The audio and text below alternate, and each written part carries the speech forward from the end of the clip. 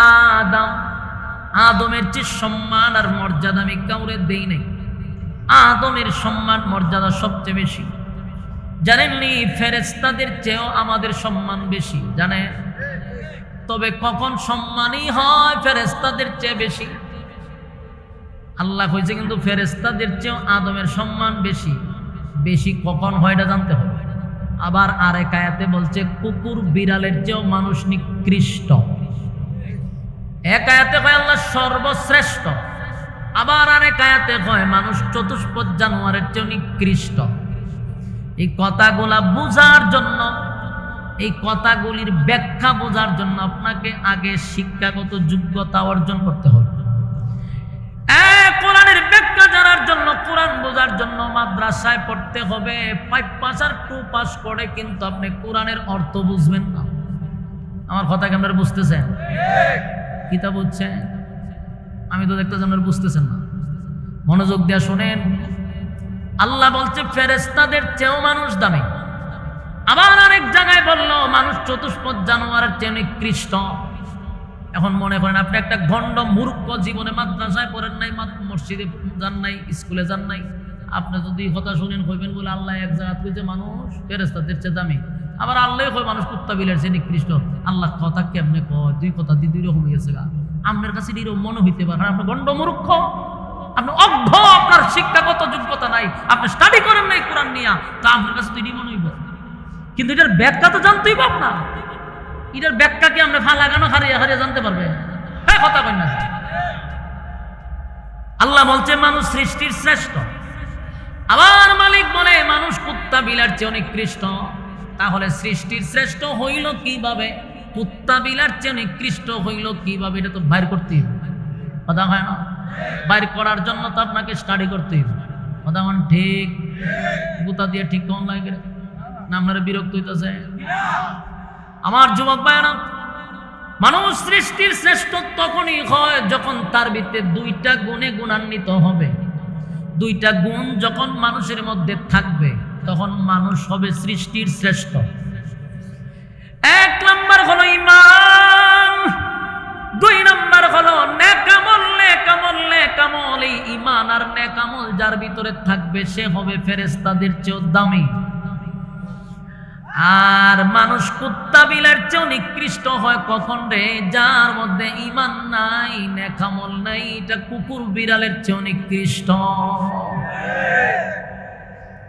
আল্লাহ কয় উলাইকা কাল আনআম, উলাইকা কাল আনআম কয়ে যদি আল্লাহ রাখা দিত মোটামুটি ইজ্জত থাকে, কুত্তা বিলার সমান যদি হইতো তাও মোটামুটি ইজ্জত থাকে।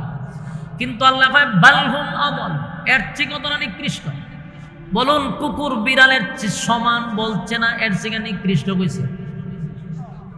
একটু হানা কইয়ে তইলে লোক কম হইলে অনেক সময় দেখা যায় আওয়াজে বক্তার কথা বলার আগ্রহ বাড়ে। আর আপনারা যেভাবে বইয়ে রয়েছেন না, কথা আর আগ্রহ বাড়ে না। কথাতে কইতে বক্তারটা তো জজবা তৈরি হওয়ার দরকার, এটা হইতেছে না। এলে ওই যে একটু হানা কইয়ে কথা যদি অযৌক্তিক হয় তেনে না কইতে যুক্তি কিনা আপনি মাথার দোকান না, ব্যাখ্যা তো আমি বুঝতেই পাবো। আপনি যদি উঠতে কোন বলে আল্লাহর কথা বুঝি না, তাহলে রে মূর্খ, তুই আল্লাহর কথা বুঝবি কেমনি? তুই বর্ষর 2 পাস, তুই খরচ নাচানাচি, তুই হইলে মালু, তুই হইলে নাস্তিক, তুই কেন বুঝবি না? বুঝছে কেন কোরআনের বিরুদ্ধে কথা বল? কোরআন বুঝার জন্য 16 বছর 17 বছর আলেমরা গোসায়, এরপর আমরা বুঝি না, এখনো বুঝি না। 16 বছর 17 বছর মাদ্রাসা কইরা আমরা বুঝি না। আরো মানুষ পিএইচডি করছে কোরআনের উপরে, তারপরও বুঝে না। আর হেতে 4 পাস কইরা হয় কোরআন বুঝি না। আধা ঘন্টা যদি খাসা সিংলা দিয়ে বাইরে নিয়ে যেত না, আধা ঘন্টা এর ভিতরে থামাতামি না। একবারে মনে করেন বাইরেতে আমার সিল্লি দিত, বাইরেতে আমার সিল্লি দিত, খুব আনন্দ লাগতো আমার। এরকম একটা ভেবে শুনতাম আমার বাইরেতাম, তাহলে আমি নাচলাম হইলে আনন্দের সুরে। এই সমস্ত শয়তান গুলারে খাসা গঞ্জি দিয়ে বাইরে নিয়ে দরকার।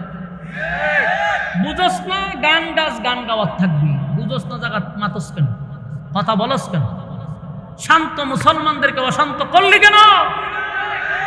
মুসলমানদের কাছে অশান্ত করছ তোরা। আমার যুবক ভাইরা, মূল কথা হলো আল্লাহ এক জায়গায় বলছে মানুষ সৃষ্টির শ্রেষ্ঠ 2টা গুণে গুণান্বিত হইলে, 1 ঈমান আর 1 হলো নেকামল। মানুষ চতুষ্পদ জানোয়ার হয় কখন? যার ভিতরে ঈমান নাই, যার ভিতরে নেকামল নেই। কথা বুঝতেছেন? এটা চতুষ্পদ জানোয়ার হয়। যেমন গুরুয়ে কুকুরে নামাজ পড়েনি, হালাল হারাম মাইনা চলেনি, প্রস্রাব পায়খানা করে পানি লয়নি, বিয়া শাদী করেনি, কথা হয় না করে, রাস্তাঘাটে কি পয়সা প্রস্রাব করে। তাহলে গুরু ছাগলের যা করে তুমিও যদি তা করো তাহলে বেশ কোনটা করো? আমরা দেশের অনেক যুবক গুরু ছাগলে খারিয়া মুতে, হেও খারিয়া মুতে। গুরু ছাগল যেমন বিয়া শাদী কইরা না কইরা আখাম কুখাম করে, হেরাও আখাম কুখাম করে। গুরু ছাগল যেমন রাস্তাঘাটে কারো কোনো লজ্জা শরম নাই, যেখানে মনে হয় এখানে প্রস্রাব করে, এরাও দেখছি অনেক সময় হারিয়ে মুতে দেয়। তাহলে তুই যা করলি গুরু ছাগল তাওই করলো, তো তুই আর মানুষ, তুই আর গুরু ছাগল আমাদের ব্যবধানটা কোথায়?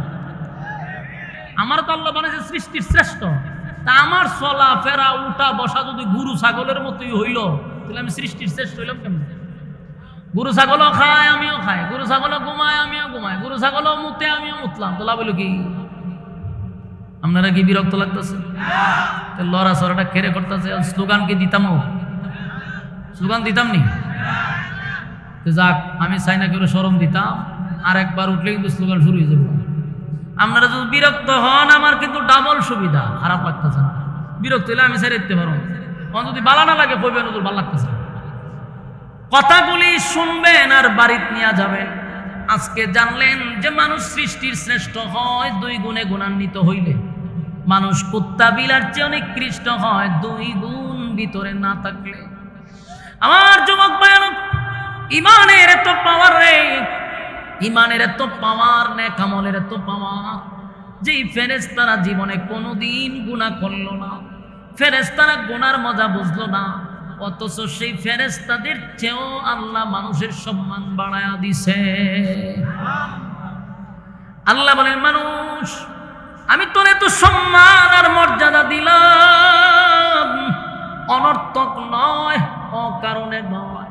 বান্দারে দুনিয়ায় পাঠাইলাম অনর্থক নয়, অনর্থক নয়, বেহুদা না। আমি আল্লাহ উদ্দেশ্য দিয়া দুনিয়ায় পাঠাইছি, কারণ দুনিয়াটা কোনো একটা ক্ষণস্থায়ী। এই ক্ষণস্থায়ী দুনিয়ায় কেন পাঠাইলাম?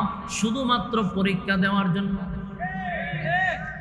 এই পরীক্ষা আসবে গো, পরীক্ষায় যারা উত্তীর্ণ হবে আল্লাহ বলেন, কানাত লাকুম জান্নাতুল ফিরদাউসি নুজুলা, আমি ওয়াদা দিলাম তোদেরকে জান্নাত দিব। যুবক ভাইরা, যদি ঈমান আর নেক আমল না থাকে, 4 পয়সার কোনো দাম নাই। মাথাতে রাখেন, 4 পয়সার কোনো দাম নাই। যারা পরকালে বিশ্বাস করেন তারাই শুধু কথাগুলির মর্ম বুঝবেন। যারা পরকালের মর্ম বুঝে না, এরা ওয়াজ করে কোনো লাভ আছে? এত জান্নাত জাহান্নামে বিশ্বাস করে না। অনেক সময় অনেক মানুষ কয়, হুজুর কেমনে বিশ্বাস করতাম? কবরের পাশে দিয়া যায়, কত কবর ভাঙা দেখি, আগুনও দেখি না, ফুলও দেখি না। আপনারা এখন জান্নাতের ফুল বাগান আর জাহান্নামের আগুনের কেন?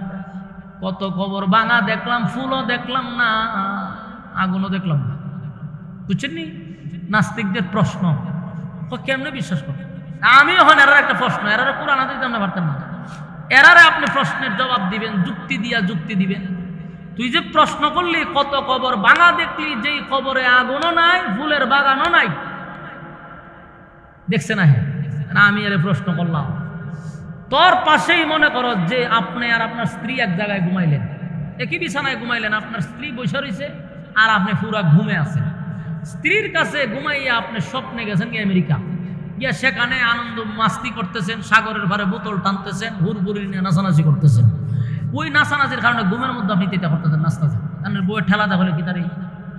তুমি ঘুমের মধ্যে হাতও নাচো কেড়ে আবার হাসো কেড়ে, ঘটনা কিতা? আহা, এক ঠেলা দিয়া তোমার আমেরিকাতে বাংলাদেশে লইলা।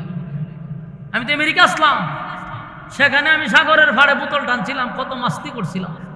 তখন আপনার বউ যদি হয়, আমি তোমার কাছে বইয়া রইলাম, আমি না দেখলাম আমেরিকা, না দেখলাম বোতল, না দেখলাম ভূত, দাঁড়ে বইয়া দেখলাম। এটার যে উত্তর নাস্তিকদের, সেই উত্তর জীবন্ত মানুষের সাথে, মৃত মানুষের সাথে যা ঘটে, জীবন্ত মানুষ তা দেখে না। ঘুমন্ত মানুষ যা দেখে, জাগ্রত মানুষ তা দেখতে পায় না। ঘুমায় ঘুমায় আমেরিকা গেছে, আমরা জাগ্রত, আমরা তো জানবেন না হ্যাঁ ঘুমের মধ্যে কি করতেছে। তো ঘুমন্ত মানুষ যা দেখে জাগ্রত মানুষ কি তা দেখতে পায়? তাহলে মৃত মানুষের সাথে যা হয় জীবিত মানুষ তা দেখতে পায় না। নাস্তিকদেরকে বুঝাইতো কেন? তুই যদি এতটাই হয় তাহলে মর, তুই মইরা দেখ, মইরা দেখে তুই কথা ঠিক নেই, তোর উপরে ঠাড়া পড়ো, তুই মর, মরলেই দেখতে পারবি তোর খবর কিভাবে গুতায়, ঠিক নেই?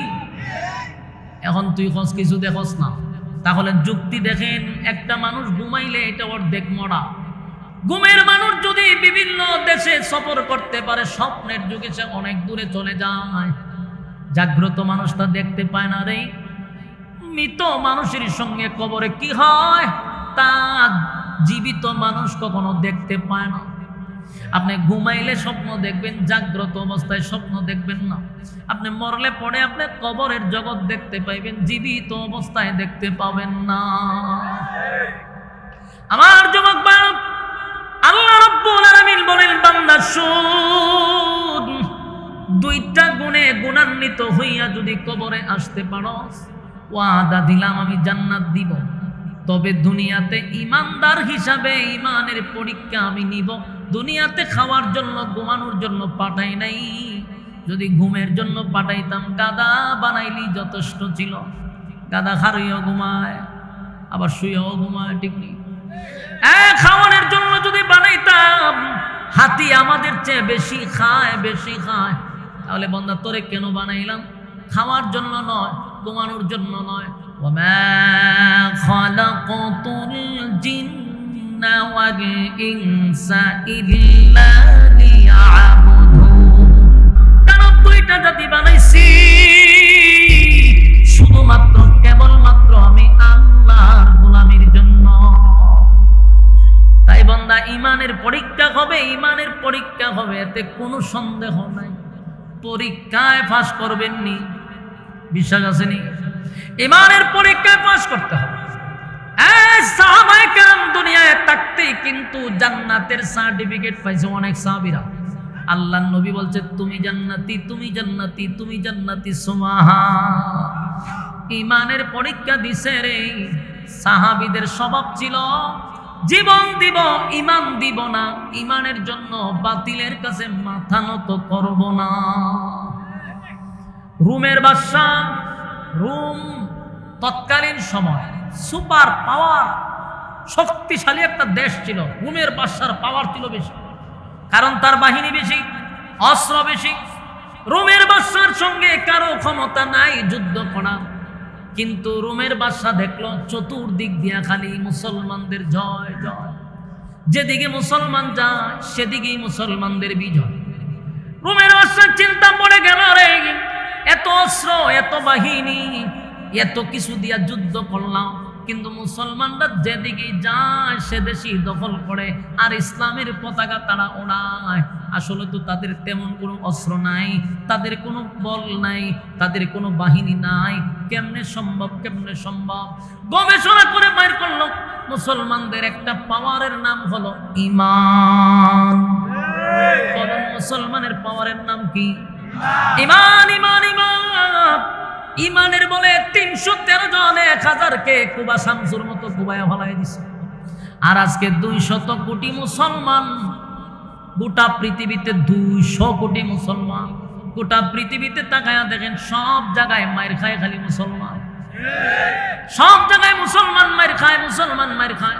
তার এক নাম্বার কারণ হলো আমাদের ইমানের দুর্বলতা আছে। আমরা সংখ্যায় বেশি হলেও ইমান দুর্বল, কথা হয় না? আর তারা সংখ্যায় কম ছিল, ইমানের পাওয়ার ছিল, আল্লাহ তাদেরকে বিজয় দিছে। ওয়ালা তাহিনু ওয়ালা তাহজানু ওয়া আনতুমুল আ'লাউনা ইন কুনতুম মুমিনিন। আল্লাহ বলছেন, আমি তোমাদেরকে বিজয় দেব, বিজয় তোমাদের জন্য, যদি তোমরা ওই জায়গা পর্যন্ত যাইতে পারো। বান্দারে, আমি তাদের সঙ্গে আছি যারা মুমিন, যারা ইমানদার, আমি বিজয় তাদেরকে দিব। সুবহানাল্লাহ। আমার যুবক ভাই, রোমের বাদশা তার বাহিনীদেরকে ঘোষণা দিল, আমি মুসলমানদের ইমানের একটা পরীক্ষা করতে চাই। কথাকে বুঝতেছেন? বাদশা কয়, আমি মুসলমানদের ইমানের পরীক্ষা করব। তোমরা যখন যুদ্ধের ময়দানে অংশগ্রহণ করবা, তখন মুসলমানদেরকে তোমরা জীবিত অবস্থায় আমার কাছে নিয়ে আসবা, আমি তাদের ঈমানের পরীক্ষা করব। আল্লাহর কুদরত একটা টিমকে জীবিত অবস্থায় ধরে বাদশার সামনে হাজির করলো। বাদশা তাকায়া দেখে এই টিমের মধ্যে একজন সুদর্শন একটা ছেলে দেখা যায়। ডাক দিয়া বলল, তোমাদের মধ্যে আমিরকে, নেতাকে? আব্দুল্লাহ বিন হুযাফা হাত তুলে বললেন, আমি হলাম এই টিমের আমির। রুমের বাদশা ডাক দিয়া কয়, আব্দুল্লাহ, তোমার চেহারাটা বড় সুন্দর, তোমার বডিটা সুন্দর, তোমার যোগ্যতা আছে, সর্বদিক দিয়া তুমি অলরাউন্ডার, তোমার মতো একটা ছেলে আমার দরকার। আমি তোমারে ওয়াদা দিলাম, তুমি আমার সঙ্গে সুসম্পর্ক তৈরি করো। আমি তোমার সঙ্গে সুসম্পর্ক তৈরি করতে চাই, কিন্তু মাঝখানে বাধা হলো তুমি মুসলিম, আমিও মুসলিম। কথা কি বুঝতেছেন? বাদশা কিন্তু তাদেরকে ধরে আনছে কেন বলেন? পরীক্ষার জন্য। এক দুজনে হইতে পারছে, বাকি সব সাইরে জামাতা। তার মানে আপনাদের মনোযোগ নেই। আমার যুবক ভাইয়েরা, ওই রুমের বাদশা কিন্তু সাহাবীদেরকে আনছে শুধু ঈমানের পরীক্ষা করার জন্য। তাই বাদশা বলল, তুমি আমার সঙ্গে সুসম্পর্ক করো, আমি তোমার সঙ্গে সুসম্পর্ক করতে চাই। আমরার মতো একজন হুজুরে দুইরা যদি নেয়, ডোনাল্ড ট্রাম্পে যদি হয় আপনার সাথে আমি একটা সুসম্পর্ক করতে চাই, আমরা হুজুর যে বাড়াই বাপরে বাবা, একটা চেয়ারের লাগে আমরা ইমান বিক্রি করে লাই। আর ডোনাল্ড ট্রাম্পে যদি হয় বলে তোমার সাথে সুসম্পর্ক করতে চাই, হবে কোনান্দা করবেন, সামনে দেন পিছাতে কোলাগুলি করে লাই আপনার সাথে, আমরা যা করবেন আমি তাও হব। হোমা দেখতেন হুজুর ভালো থাকে, উঠতে যাবে কন্যা করে খালি কিতা করতাম, ঠিক নেই? কারণ ইমানের বড় দুর্বলতা আছে না নাই? ইমানের দুর্বলতা আছে, এই জন্য আজকে গোটা পৃথিবীতে আমরা মার খাই। কারণ আমরা গোলামি করতে করতে আমাদের অভ্যাস, তাই এখনো আমরা পশ্চিমাদের গোলামি করেই যাচ্ছি। আল্লাহ পৃথিবীর সব সম্পদ দিছে মুসলমানের হাতে, দামি দামি সম্পদ দিল মুসলমানদের হাতে, আর এই মুসলমানরা গোলামি করে লাল চামড়াদের। গোলামি যতদিন করবা ততদিন সম্মান পাইবা না। আমার যুবক ভাই, রুমের বাদশা ডাক দিয়া কয়, আরে আব্দুল্লাহ, আমি তোমার সঙ্গে সুসম্পর্ক করতে চাই। বাদশার সামনে দাঁড়াইয়া আব্দুল্লাহ বিন হুযাফা বলে, কি সম্পর্ক? বলে, একটা শর্ত আছে। শর্ত হইল তুমি ঈমান ছেড়ে দিতে হবে। তুমি যদি ঈমান ছেড়ে দাও, ওয়াদা দিলাম আমার একটা সুন্দর রূপসী মাইয়া আছে, আমার কন্যা দেখতে যেমন সুন্দর এমন বুদ্ধিমতী, একটা মাত্র মাইয়া, ওয়াদা দিলাম এই মেয়েটারে তোমার কাছে বিবাহ দিব, আর বিবাহের দিন রাজত্বের অর্ধেক তোমারে লিখে দিব। এরকম অফার ভাইলে আমরা জাকাত থাকবো, কথা ভাই না দি। আমরা হম আগে ঈমান, পরে আবার কালেমা ফিরে ঈমান আনার অসুবিধা কি? কিন্তু আব্দুল্লাহ বিন হুযাফা কয়, কথা যদি তোমার না মানে দিলে কি হইব? না মানলে তো মৃত্যুদণ্ড হবে। আমি রাজি। সুবহানাল্লাহ। আমি তোর মতো কুকুরের কাছে ঈমান বিক্রি করব না। একেবারে ডাইরেক্ট বলছে, এই রুমের কুত্তা, তুই কি মনে করছ আমার ঈমান কিনতে পারবি? তোর মতো বেঈমানের কাছে আমার ঈমান বিক্রি করব আমি, নবীর সাহাবী।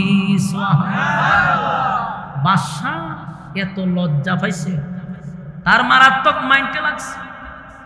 এত বড় রাজত্বের সামনে দাঁড়াইয়া কুকুর বইলা ডাক দিছে, এবার সার মাইন্ডে লাগছে। বাদশা কয়, এদের ঈমান কত শক্ত আমি এটা দেখে নিব। লকাবে ঢুকাইছে লকাবে, কারণ জালেমদের কাজই হইল জুলুম করা, কথা হয় না? ঢুকাইল লকাবে ঢুকানোর পরে আব্দুল্লাহ বিন হুযাফারে আলাদা রাখছে। একটা নর্তকীরে সুন্দর করে সাজাইছে। নর্তকী চিনেননি? নাচে। নর্তকীটা করে নাচে। নর্তকীরে ঘুঙুর মুঙুর ফরাইছে, ফরাইয়া হয়তো তুই নাচ, এটা নাচে, তো ভালোই তো নাচতে পারো, যা। ওই রুমের ভিতরে গিয়া দেখবি একটা সুন্দর সুদর্শন যুবক আছে, এর সামনে গিয়ে ডান্স তো পাবো, ডান্স দিবি, এর কোনোভাবে তোর প্রতি আকৃষ্ট করবি। এই তো তোর রাজ দরবারের নর্তকী গেছে, গিয়ে আব্দুল্লাহ বিন হুযাফার রুমে ঢুকাই দিছে।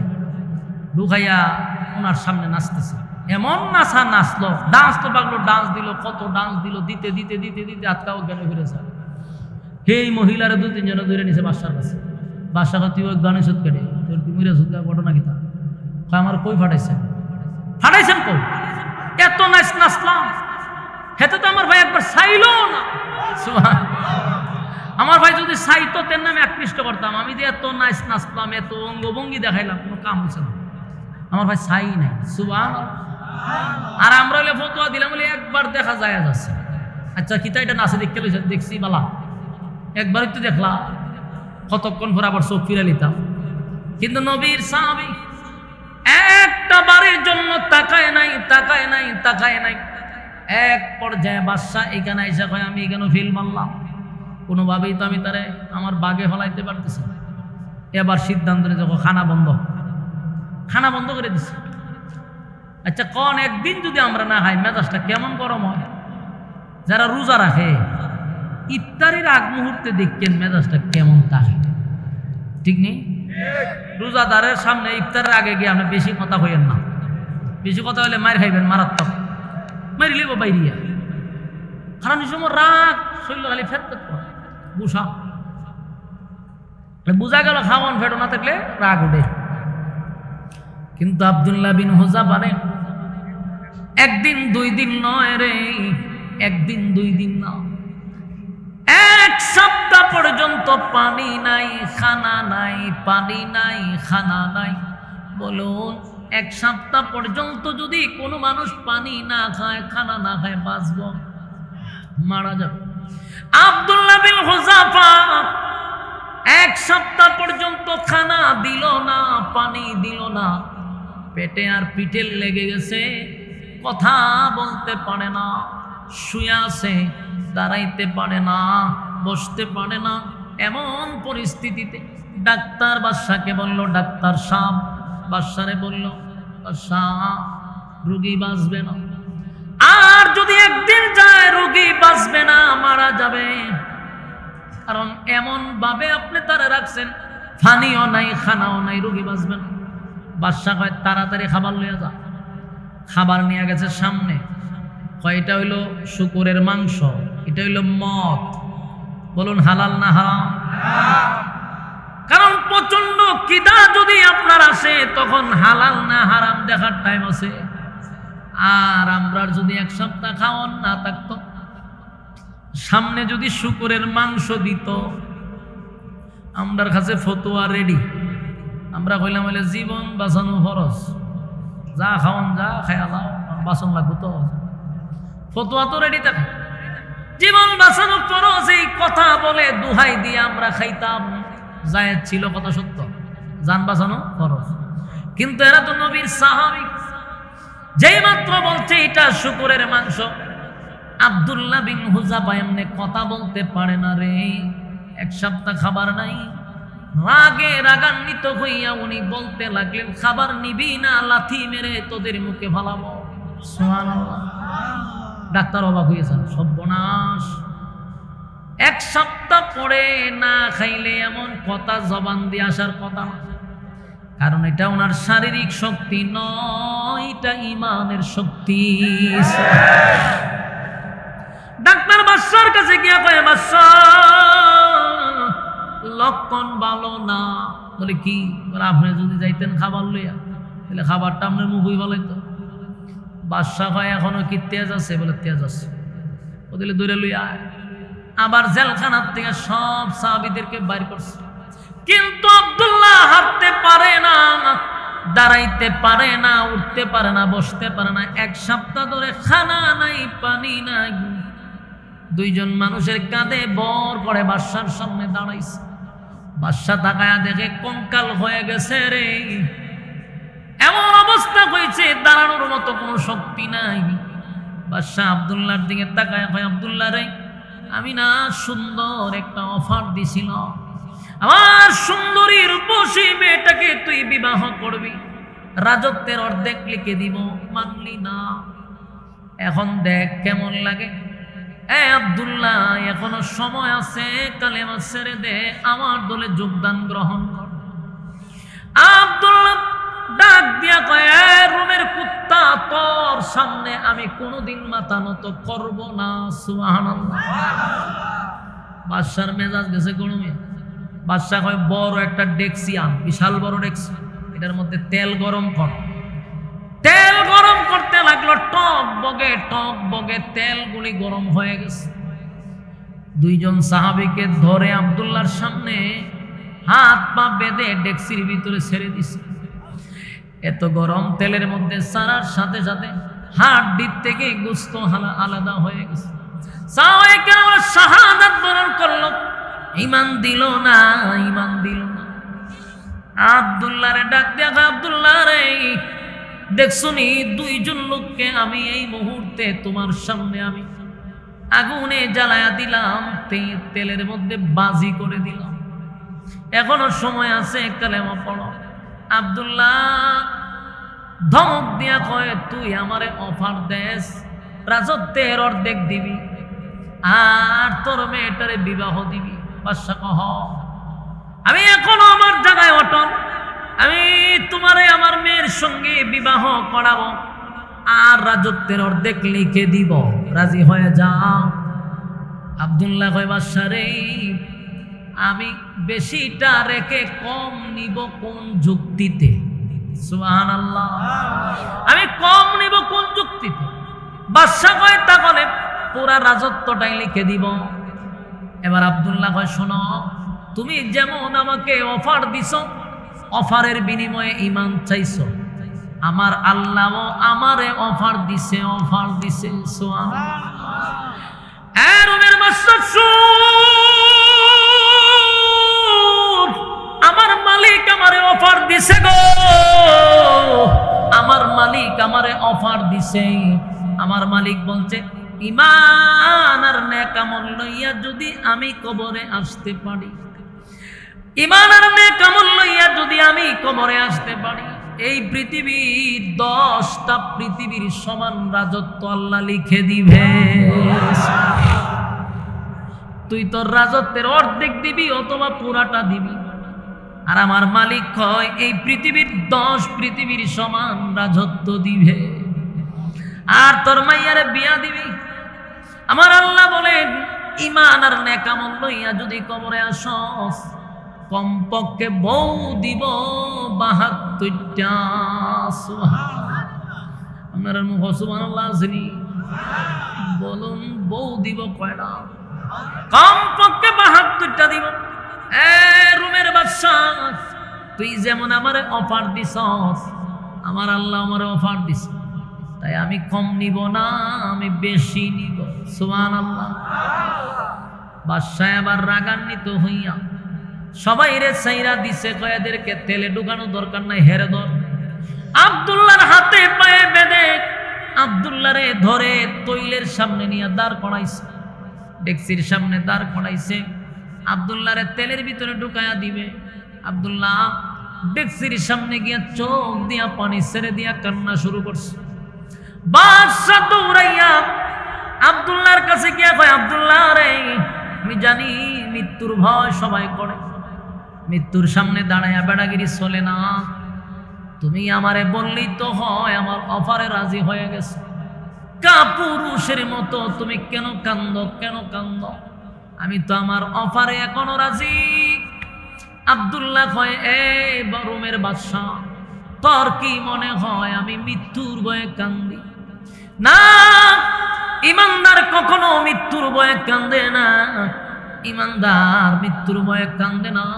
আমি এই জন্য কান্দি না, আমি কান্দি আমার বয়সটা বেশি না, অল্প বয়সে আমি আমার মালিকের জন্য কি করলাম, আমি পরকালের চিন্তায় আছি, কি করলাম আমার মালিকের জন্য, আমি ইবাদত বন্দি কি করলাম।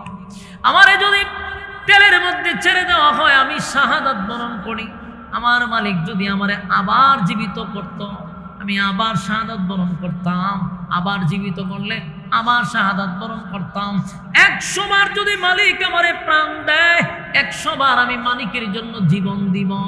আমি তো একবার মরতে চাই না রে বাদশা, আমি বারবার শাহাদাত বরণ করতে চাই। জোরে জোরে কোন সুবহান। বাদশা ডাক দিয়ে বলল, আমি তোদেরকে আগুনে জ্বালাবো না, পোড়াবো না, কারণ এই বাদশা তো সাধারণ বাদশা না, রোমের বাদশা। তৎকালীন সময় রোম রাজ্য ছিল সবচেয়ে পাওয়ারফুল। এই বাদশার তো মাথা আছে। বাদশা চিন্তা করলো, এখন যদি তারে আমি আগুনে ফালাইয়া হত্যা করি, সে জিতে যাবে আর আমি বাদশা হেরে যাব। সে তো জিতে যাবে, কারণ সে মরতে চায় 100 বার, আমি মারবো তারে একবার, তাই তারা আমি জিততে দিব না। বাদশা এবার একটা সমঝোতার ভিতরে আসলো, এ আব্দুল্লাহ, আমি তোমাকে ছেড়ে দিব, আগুনে পোড়াবো না, তবে শর্ত হলো আমার কপালের মধ্যে তোমার 2টা টুর দিয়ে একটা চুমা দিবা। বাদশা কয়, তুমি একটা চুমা দিলে তোমরা ছেড়ে দিবে।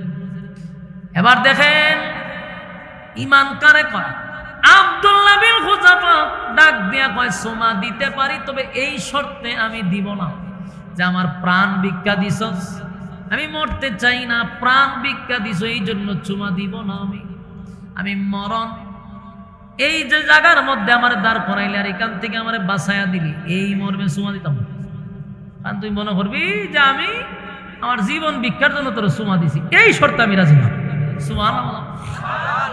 আমরা বলে চুমা কোন জায়গা দিতাম ক, তোরা জায়গায় বে জায়গায় সব কেন দিবি, তো আমার মুক্তি দে, ঠিক নেই? কিন্তু সাহাবী ডাক দেওয়া হয়, চুমা দিব, কিন্তু এই শর্তে দিব না যে জীবন বাঁচানোর জন্য চুমা দিছি, এই শর্ত থাকবে না।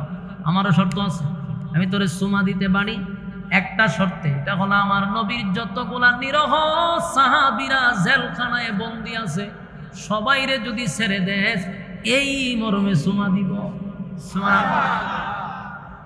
বাদশা দে চুমা দে, সবাই ছেড়ে দেব।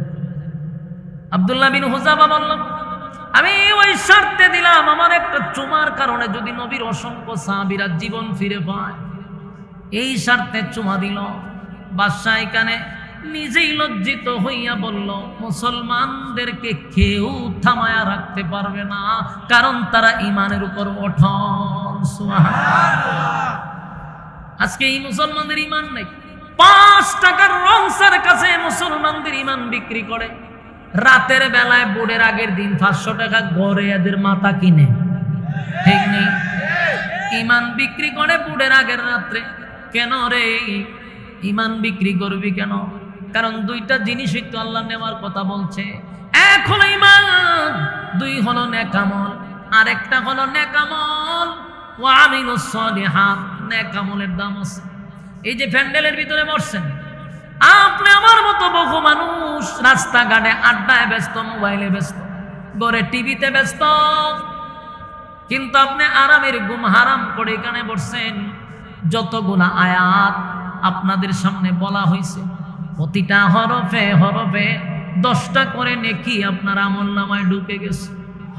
আর এখানে যতক্ষণ বসা ছিলেন, নাযালাত আলাইহিমুস সাকিনা, উপর থেকে সাকিনা রহমত নাজিল হয়েছে। কারণ আপনারা আসছেন নেক আমলের জন্য।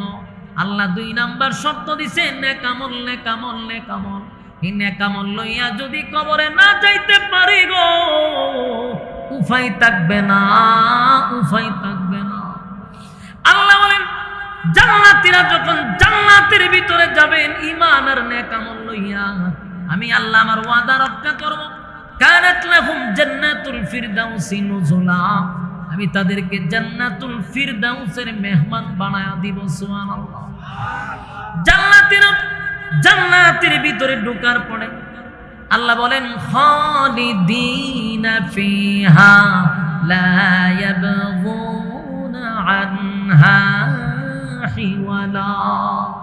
জান্নাতীরা জান্নাতের ভিতরে ঢোকার পরে, যুবক ভাইরা, জান্নাতীরা জান্নাতের ভিতরে ঢোকার পরে আনন্দের আর কোনো সীমা থাকবে না।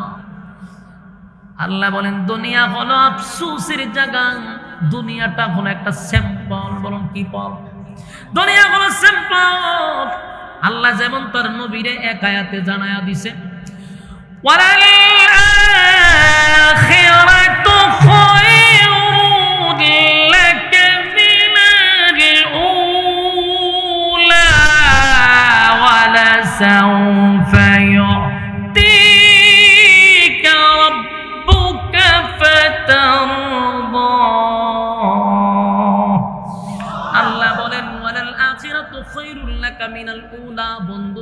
আপনাকে আমি যা দুনিয়ায় দিছি এটা স্যাম্পল, আর আপনার জন্য আমি সব বরাদ্দ রাখছি পরকালে গোডাউন। সুবহানাল্লাহ। আমার যুবক ভাইরা, দুনিয়াতে যদি আপনি আমেরিকার প্রেসিডেন্ট হন, আপনি যদি চীন জাপানের প্রেসিডেন্ট হন, গোটা পৃথিবীর বাদশাহ যদি হন, কসম খোদা আপনার আফসোস পুরা হবে না, হবে না, হবে না। কারণ দুনিয়াটাই হলো আফসোসের জায়গা, আফসোসের জায়গা। বলুন তো দেখি, আমেরিকার প্রেসিডেন্ট হইলে পাওয়ার কি কম আছে? গোটা পৃথিবীর বাদশা বলা হয় আমেরিকার প্রেসিডেন্টকে। এরপরও ট্রাম্পের আফসোস আছে না নাই? আরো জোরে। এক নম্বর আফসোস হলো, হায়রে আমি তো প্রেসিডেন্ট হইলাম ঠিক, কিন্তু বুড়া হালা হয়েছি। কথা হয় না? এত বুড়া হয়ে গেছে, কথা হয় না? তার মনের মধ্যে গিয়ে দেন আফসোস যে আমি যদি জোয়ান শালা এরকম প্রেসিডেন্ট হইতাম। ঠিক নেই? আমার যুবক ভাইরা, মানুষের আফসোসের কোনো শেষ নাই রে। এক নাম্বার আফসোস ছিল মরণ আছে। এটা তো একটা আফসোস, কোনদিন মরে যাই। তাহলে মরণ আছে, বার্ধক্য আছে, অসুস্থতা আছে, মানুষের আফসোসের কোনো শেষ নেই। আল্লাহ বলেন জান্নাতের ভিতরে যখন কোনো মানুষ ঢুকবে, এক নাম্বার সুসংবাদ হলো এই মানুষটা আর কোনোদিন মরবে না। সুবহানাল্লাহ। এক নাম্বার হলো মরণ নাই গো, এক নাম্বার হলো মরণ নাই। দুই নাম্বার হলো মানুষ কোনোদিন বৃদ্ধ হতে চায় না, বৃদ্ধ হতে চায় না। আপনারা কি বৃদ্ধ হইতে চান? হ্যাঁ, কথা কই না দি। সাদা দাড়ি যদি তাকে দেখবেন, সেলুন নিয়ে এটারে কালার করে খালা বানায়।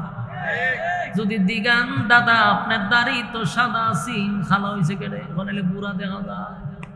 তার মানে বৃদ্ধ হতে চায় না, সেও যুবক হইতে চায়। কথা হয়?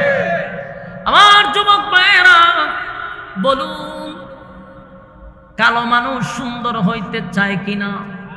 আরো জোরে।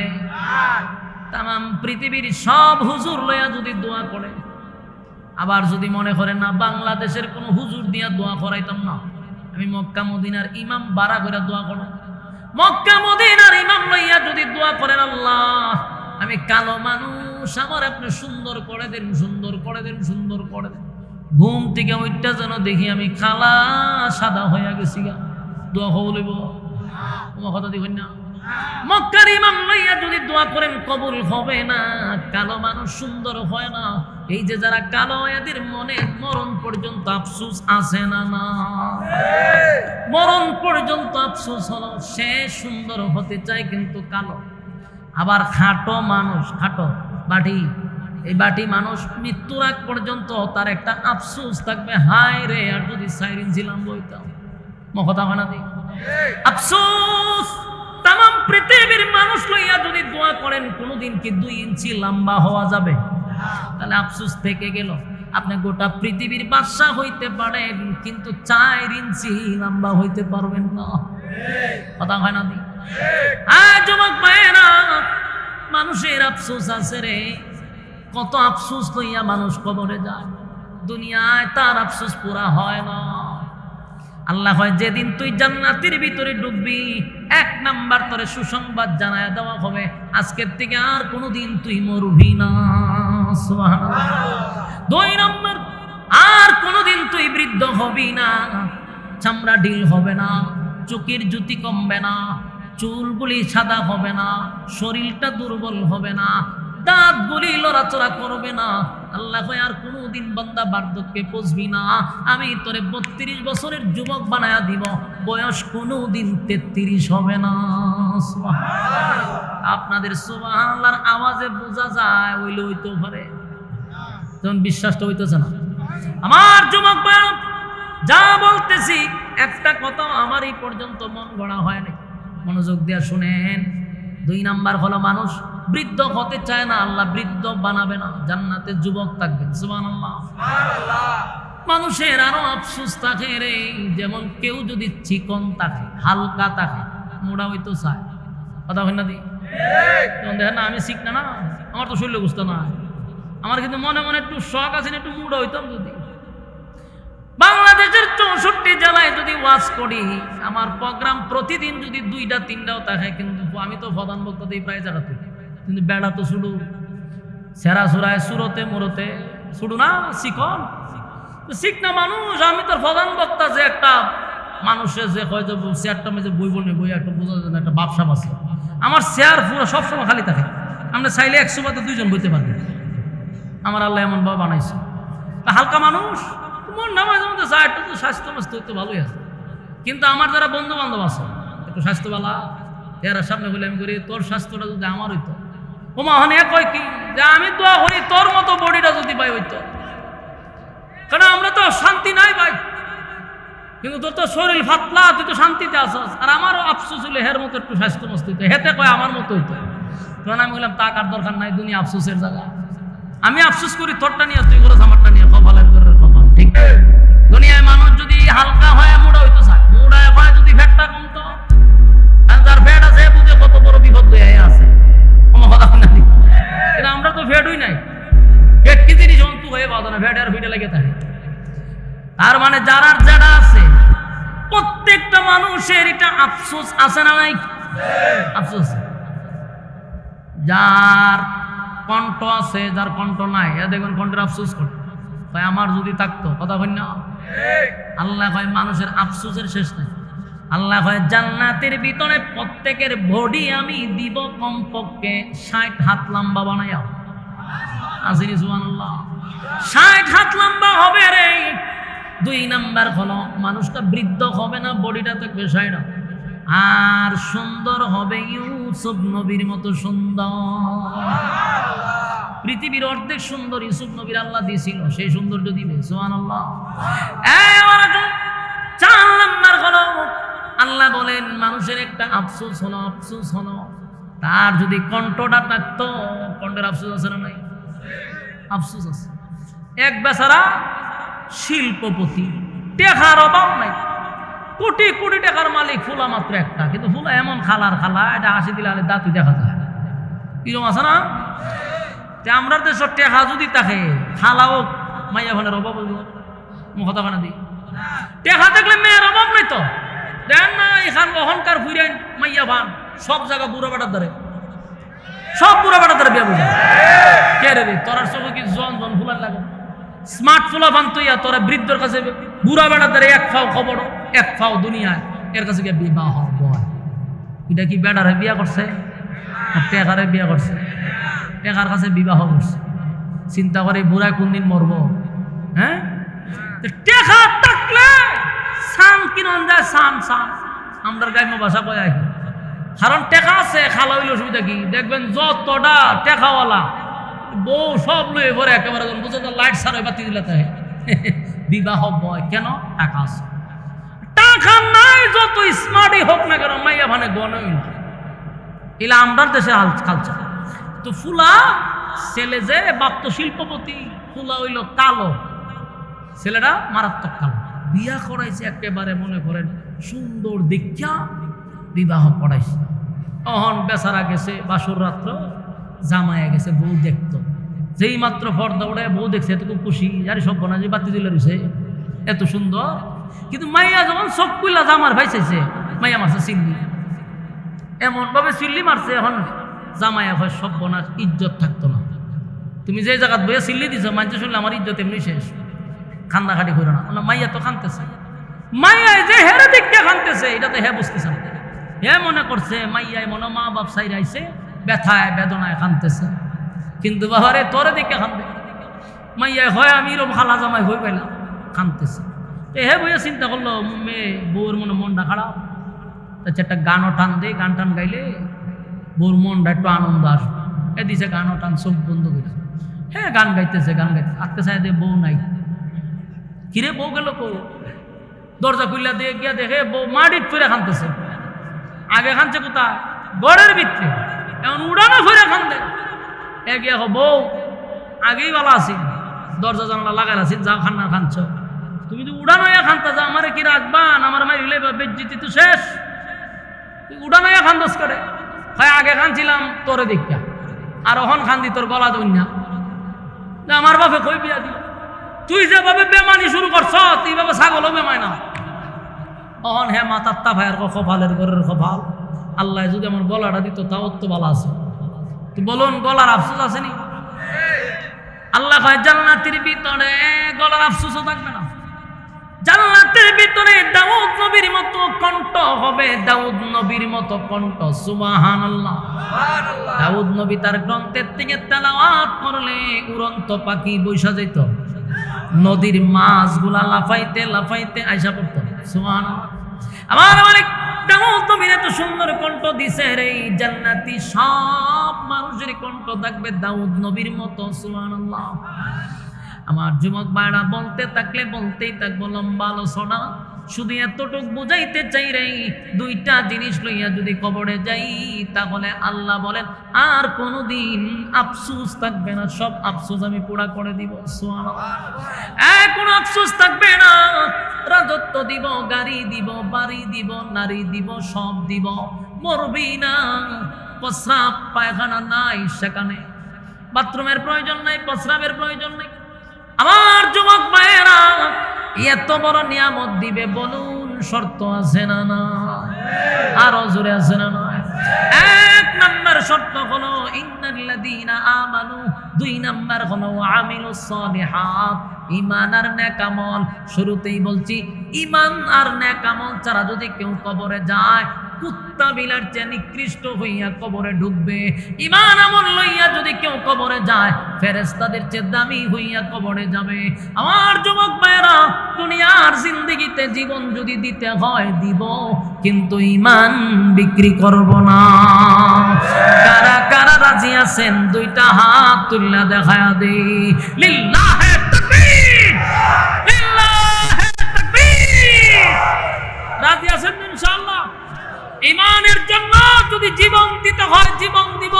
আমার ঈমান নিয়ে, আকীদা নিয়ে যদি কেউ কথা বলে সেটা দিবে? হ্যাঁ, কথা কয় না দিবে। আল্লাহ এবং রাসূলের বিরুদ্ধে যদি কেউ কথা বলে, ইসলাম নিয়ে যদি কেউ কথা বলে, কোরআনের বিরুদ্ধে যদি কেউ কথা বলে, ইসলামের বিরুদ্ধে যদি কেউ উস্কানি দেয়, সেখানে বৈশা বৈশা তাসবিহ পড়ার দায়িত্ব আপনার না, তার প্রতিবাদ করা হলো আপনার দায়িত্ব। যদি আমার দল আমার ইসলামের বিরুদ্ধে কথা বলে, দল থেকে আমি পদত্যাগ করবো, অসুবিধা কি? আমার ঈমান আমি বিসর্জন দিব না, এটা আমার ঈমানের প্রশ্ন। আমি শুরুর থেকে আপনাদেরকে ঈমান নিয়ে ওয়াজ করলাম, বাকিটা আমল করা আপনাদের দায়িত্ব, বলা ছিল আমার দায়িত্ব। আমরা বলি, আপনারা পালন করবেন, এটা আপনাদের ব্যক্তিগত দায়িত্ব। কারণ সমস্ত নবী রাসূল আল্লাহ দুনিয়াত পাঠাইছে হেদায়েত দেওয়ার জন্য না, হেদায়েতের রাস্তা দেখাইয়া দেওয়ার জন্য। কারণ হেদায়েতের মালিক কে? আর নবী ওয়াজ কইরা গেছে, কিন্তু কারে হেদায়েত দিবে কারে দিবে না, এটা আল্লাহর একক সিদ্ধান্ত।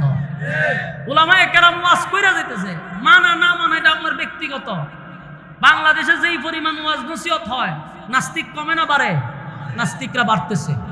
এই নাস্তিকদের বুড়া উৎরায় না দেওয়া পর্যন্ত বাংলাদেশে শান্তি হবে না। আর আমরা একটা সময় করি কি, ইসলামের বিরুদ্ধে কেউ কিছু বললে মানববন্ধন লইয়া খাড়ই, ইসলামের বিরুদ্ধে কেউ কথা বললে আমরা আন্দোলন করি, আমরা মিছিল মিটিং এর ডাক দেই, ঠিক না? এটা একটা ভুল ধারণা, এটা আমাদের বাদ দিতে হবে। ইসলামের উপর আঘাত দিলে আমরা মানববন্ধন করে লাভটা কি হবে? বিচার দিয়া লাভ কি হবে? এই যাবৎ কোনো লাভ হইছে? হ্যাঁ, কথা বল, লাভ হইছে? 16 বছর যে ফ্যাসিস্ট সরকার ছিল, তার বাবার বিরুদ্ধে কথা বললে 24 ঘন্টার ভিতরে আপনাকে গুম করা হবে। এখনো যারা আসে নাই তাদের বিরুদ্ধে আপনি কথা বলে দেখেন, আপনার উপরেও কিন্তু অ্যাকশন শুরু হবে। তাহলে প্রত্যেকের নেতার দাম আছে তোমাদের কাছে। আমার নেতা মুহাম্মদুর রাসূলুল্লাহ সাল্লাল্লাহু আলাইহি সাল্লামকে নিয়ে গালি দিলে আমার মেজাজ গরম হয়, আমার মন চায় তোমার কুবাইতে মন চায়। ফাজলামি করার সময় বুঝা শুনে ফাজলামি করা দরকার। আমরা যদি উত্তেজিত হয়, আমরা হয় হুজুররা মব সৃষ্টি করে। আমার মনে চাই এই সমস্ত বক্তব্য যেটি এটির জুতা দিয়ে আধা ঘন্টা বাইরে নিয়ে দরকার। তোর নেতারা যদি আমি খালকে গালি দিই, তুই আধা ঘন্টার ভিতরে আমার গুম করবি, আধা ঘন্টার ভিতরে তুই সারা বাংলাদেশ গরম করবি, এটা মব হয় না? আর আমার নেতারা নিয়ে গালি দিলে আমি চুপ করে বসে থাকবো কেমনে? কথা হয় না? ঠিক তুই কেন কন রাজপথে তো কর না। আমরা একটা নিয়ত এখন, এটা হলো আমরা বিচার আর ছাবো না, এখন থেকে আমরা বিচার করব। বিচার রাজি আছেন কারা কারা? আমরা বিচার করব ইনশাআল্লাহ। রাজি আছেন? বিচার করব। বিচার করার জন্য বিচারের চেয়ারে বসতে হবে, আর এই চেয়ারে বসতে গেলে ঐক্য হতে হবে।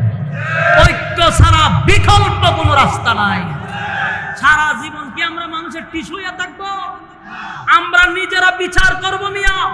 এদেশে স্বাধীনের আজকে 53 বছর হয়ে গেছে, এখন পর্যন্ত রাসূলকে গালি দিলে মৃত্যুদণ্ড দেওয়া হয় না, আল্লাহকে গালি দিলে মৃত্যুদণ্ড দেওয়া হয় না, ইসলাম নিয়ে কথা বললে শাস্তি হয় না, কিন্তু নেতার বিরুদ্ধে কথা বললে শাস্তি হয়। এই জন্য আমরা সাতার সব দিকে বলেছি, এবার আমরা নিজেরা বিচার করতে চাই, নিজেরা আমরা বিচারক হব, ইনসাফের বিচার কায়েম করবো ইনশাআল্লাহ। এর জন্য ঐক্য চাই কি চাই না? কথা হয় না। আগামীতে দেশ হবে ইসলামী দেশ, এক হও মুসলিম ভুলে বিদেশ, ঠিক কিনা? আগামীতে দেশ হবে ইসলামী দেশ, এক হও মুসলিম ভুলে বিদেশ।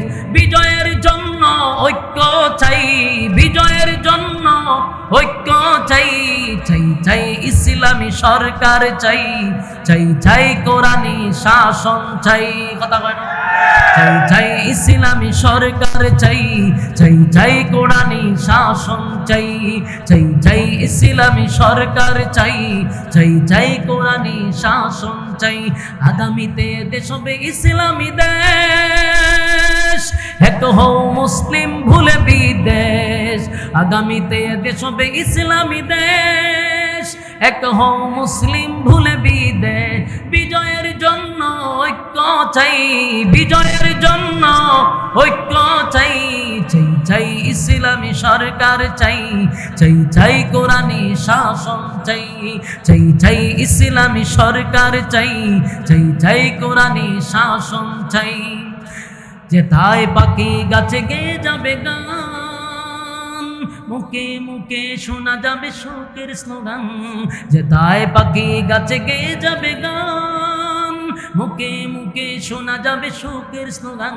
গরিব ধনী সবে হবে বাই বাই, গরিব ধনী সবে হবে বাই বাই।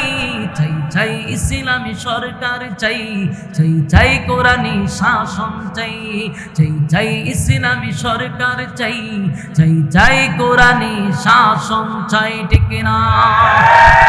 আমরা চাইলে ঐক্য হতে হবে, বিকল্প কোনো রাস্তা নাই। সম্মানিত সুধী, আমি আপনাদের এখানে আজকে আসার আগে নবাবপুর আর একটা প্রোগ্রাম বাদ এশা করার কথা ছিল। জানি না কালকে ফেসবুকে কি হয়, বলা যায় না।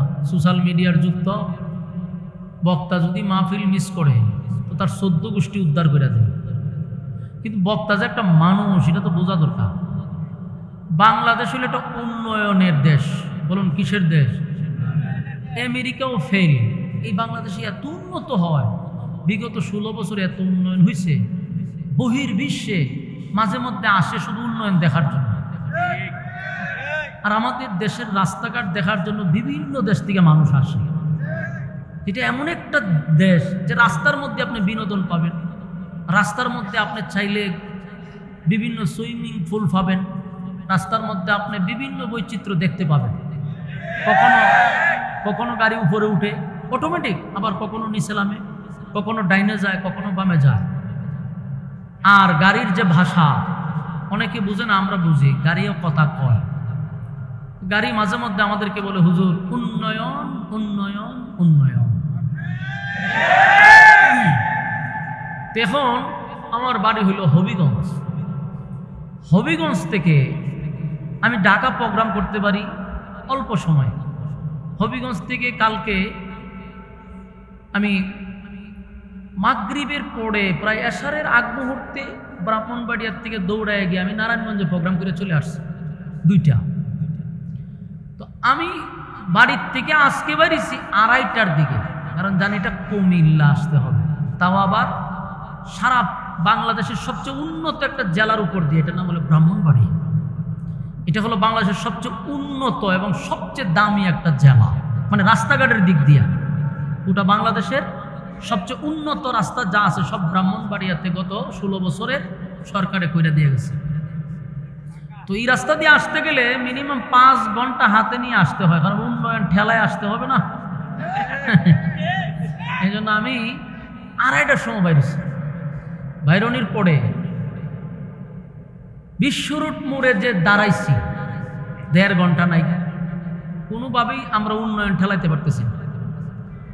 কষ্ট মষ্ট করে উন্নয়ন ঠেলায় ব্রাহ্মণবাড়ি আইসা আবার শহর দিয়া ঢুকলাম, এখানে আরো 1 ঘন্টা নাই উন্নয়ন।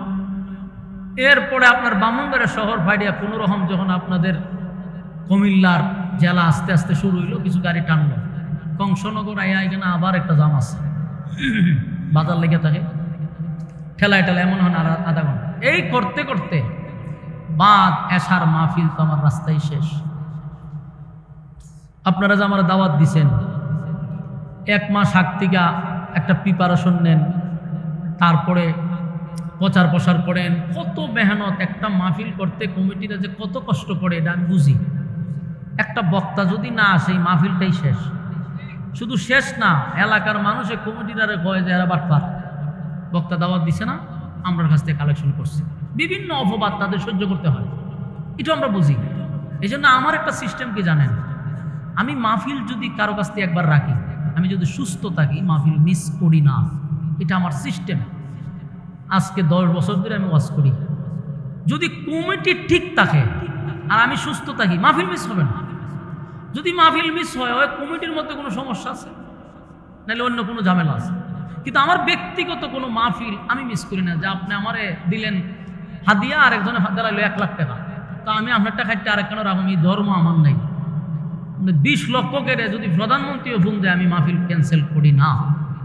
এই নীতির উপরে আসি বিদায় অল্প বয়সে 64 জেলা ঘোরার বাকি নাই, খালি বাংলাদেশ না বাহিরেও প্রোগ্রাম করি। তো সুতরাং কারণ একটা মাহফিল করতে গিয়া কমিটি টেকা চাইলে টেকাও দেয়, কিন্তু যদি মাহফিলটা মিস হয়, এরা যে অভিশাপটা দেয়, এই অভিশাপটা একটা বক্তা ধ্বংস হওয়ার জন্য যথেষ্ট। এই জন্য ভাই আমি মাহফিল মিস করি না, আমার ভয় লাগে যে মানুষ অভিশাপ। আল্লাহ জানে কালকে ফেসবুকে খিতায় কমিটিরে কইছি যে আল্লাহ হাজির নাজির রেখে কইছি, আপনি ভিডিও কল দেন, আমি কই আছি দেখেন, আমি তো আগাইতে পারতেছি। আপনাদের প্রোগ্রামে গেলে এই প্রোগ্রাম মিস হইতো আজকে। সব মিলাইয়া পরে শান্ত হইয়া আপনাদের মাহফিল এসে পড়ছে। তো আমি আমার জায়গার থেকে কথাগুলো ক্লিয়ার করলাম, কারণ সমালোচনা তো কেউ করতে এখন আর কারো কাছ থেকে অনুমতি চায় না। সবার একটা ফেসবুক আছে, নিজেরাই সাংবাদিক, কথা বুঝতেছেন না, নিজেই সাংবাদিক, নিজেই সব কিছু লেখতে কারো কাছ থেকে অর্ডার লাগে না, লেখা। এই জন্য আমি সোশ্যাল মিডিয়ার যারা লেখালেখি করেন তাদের কাছে বিষয়গুলা স্পষ্ট করলাম। সম্মানিত সুধী, যাই হোক, আপনাদের এখানে আসছি, আল্লাহ আনাইছে, আপনারাও আগ্রহের সহিত বসছেন। উপস্থিতি যেমনই হোক, যারাই আসছেন সকলেই মহব্বত করে আসছেন কোরআনের কথা শোনার জন্য, ঠিক না? আল্লাহ আপনাদেরকে মোনাজাত পর্যন্ত ধৈর্যের সাথে কথাগুলি শ্রবণ করার তৌফিক দান করুক। মোনাজাত পর্যন্ত সবাই থাকবেন, এরকম একটা নিয়ত করে হাত তুলেন তো দেখি। আতলামায় আমি দেখতাম যে একটু সারে মধ্যে ঘুরা, মাশাআল্লাহ সবাই তুলছে কিনা বলেন ইনশাআল্লাহ। মোনাজাত পর্যন্ত এদিন ইনশাআল্লাহ কবার সময় আতলা মারিছে অনেকে, এতে তো লক্ষণ খুব খারাপ। হাত তুললে এখন ইনশাআল্লাহ মোনাজাত পর্যন্ত আসি আতলামান। এখন ওয়াদা বরখেলাপ পড়া হইল মুনাফিকের খাসলত, কথা কই না দি? ওয়াদা বরখেলাপ পড়া মুনাফিকের খাসলত। এখন আপনারা যে হাত তুললে ওয়াদা করলেন থাকবেন, যদি কেউ উঠতে যান কি হয়ে যাইব? তা আমি বলবো কে যায়, সবাই স্লোগান দিবেন যে মুনাফিক যায়, ইজ্জত থাকবো নি? এখন আপনি উঠলেও আপনার ইজ্জত থাকতো না, স্লোগান দেওয়া শুরু হয়ে যাবো। আর আমিও আপনাদেরকে বিরক্ত লাগাবো এরকম ওয়াজও করতাম যে শুরু করছে হুজুরে আর শেষ করবো, এরকম বিরক্ত আমি লাগাই না। আপনাদের ধৈর্যের ভিতরে আলোচনা শেষ হবে, কিন্তু উঠতে পারতেন না ইনশাআল্লাহ। 2 নম্বর হলো কোনো গিচ্ছা কাহিনী আপনাদেরকে বসায় আমি করব এরকম মন মানসিকতা নাই, এরকম ওয়াজ আমি জীবনে করছিও না। কোনো গিচ্ছা কাহিনী কাল্পনিক গল্প আমি ওয়াজে বলছি কিনা আমার স্মরণ নেই, কারণ মানুষ আরামের ঘুম হারাম পড়ে দুনিয়ার সব কাজকর্ম বাদ দিয়ে বসে একজন আলোচকের জবান থেকে কিছু কথা শোনার জন্য। আপনি শুরু করে দিলেন এই গিচ্ছা, আপনি গিচ্ছা শুনবার লাগে নি, বেচারা রাত্রের ঘুম হারাম করছে। এই জন্য কথা হবে কোরআন থেকে, কোরআন কথা হবে। তো কোরআনের কথা শুনতে হয় মনোযোগ দিয়া। মনোযোগ আছেন আপনারা? মাশাআল্লাহ। সম্মানিত সুধী, আমি আপনাদের সামনে সূরা কাহাফের একেবারে শেষ অংশটুকু তেলাওয়াত করছে। এই আয়াতগুলিকে সামনে রেখে আমি আপনাদের সামনে কিছু কথা উপস্থাপন করতে চাই। আল্লাহ রাব্বুল আলামিন যেন বলনেওয়ালাকে, শুননেওয়ালাকে শ্রবণ করার আপনাদেরকে তৌফিক দান করুক, বলনেওয়ালাকে বলার তৌফিক দান করুক। আমি যে আয়াতগুলি আপনাদের সামনে করছি, এই আয়াতগুলির মধ্যে আল্লাহ রাব্বুল আলামিন আমাদেরকে শর্ত দিছে। তো শর্তটা কি দিছে এটা একটু পরে বলি। আগে আমি আপনাদের কাছে জানতে চাই,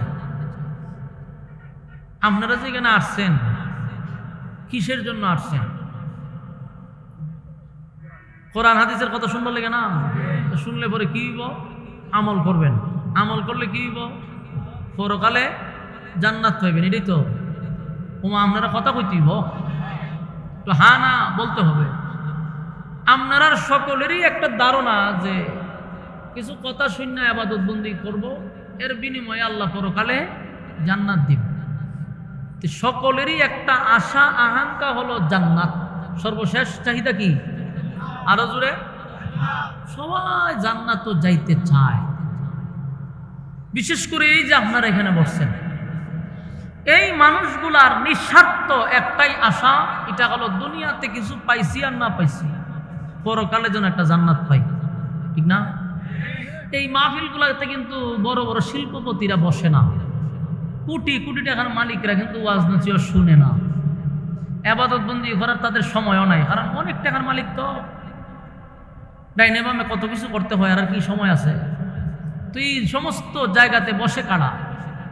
সাধারণ মানুষগুলা যারা পরকালে বিশ্বাসী, কোরআনের উপর বিশ্বাস, আল্লাহ এবং তার নবীর উপরে মহব্বত,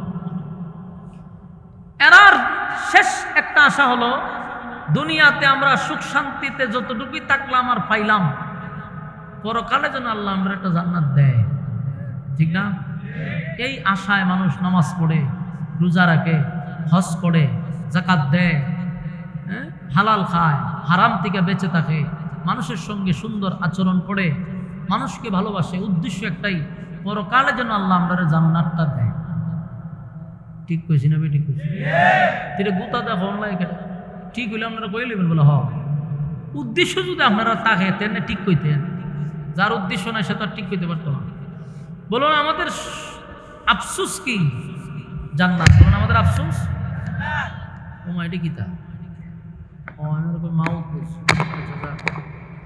আমাদের উদ্দেশ্য হলো আমরা জান্নাত চাই। ঠিক না?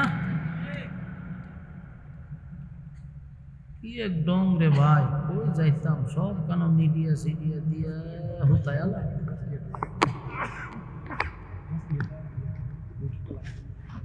আচ্ছা যাক, এটা আমি ভাবছি মনে মাউতের, এর লিগে টান দিছিলাম। এটা সমস্যা না হয়েছে?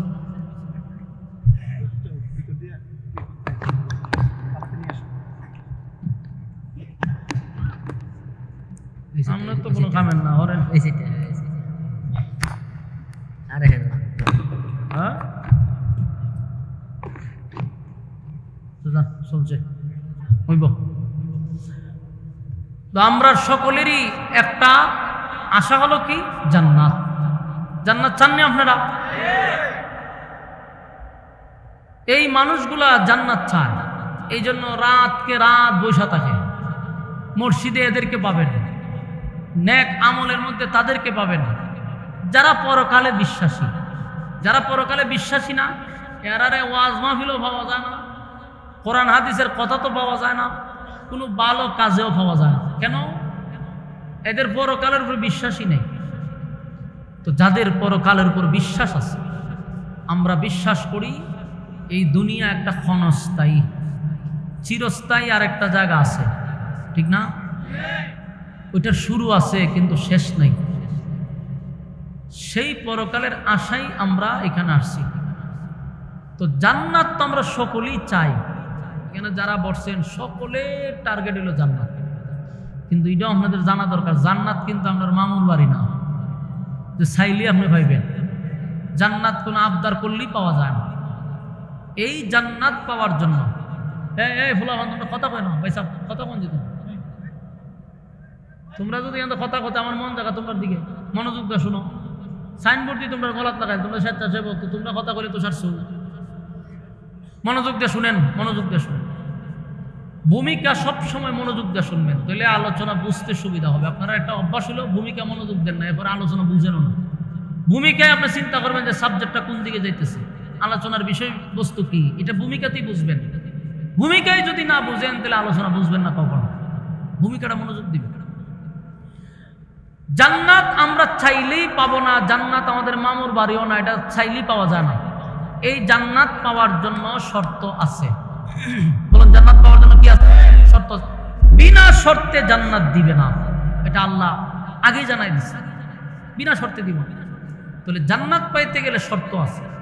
এই জন্য আল্লাহ দুইটা শর্ত দিছে। আমি যে তেলাওয়াত করছি যে আয়াতগুলি, এই আয়াতে আল্লাহ দুইটা শর্ত দিছে। এই দুই শর্ত যারা মাইনা কবরে যাবে, আল্লাহ বলেন কানাত লাহুম জান্নাতুল ফিরদাউসি নুজুলা। আল্লাহ বলেন যদি দুই শর্ত মানো, আমি আল্লাহ তোমরা ওয়াদা দিছি জান্নাতুল ফিরদাউসের মেহমান বানাবো।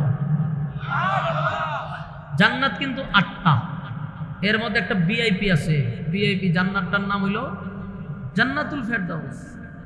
এই জান্নাতুল ফেরদাউসে যাইতে গেলে শর্ত কয়টা?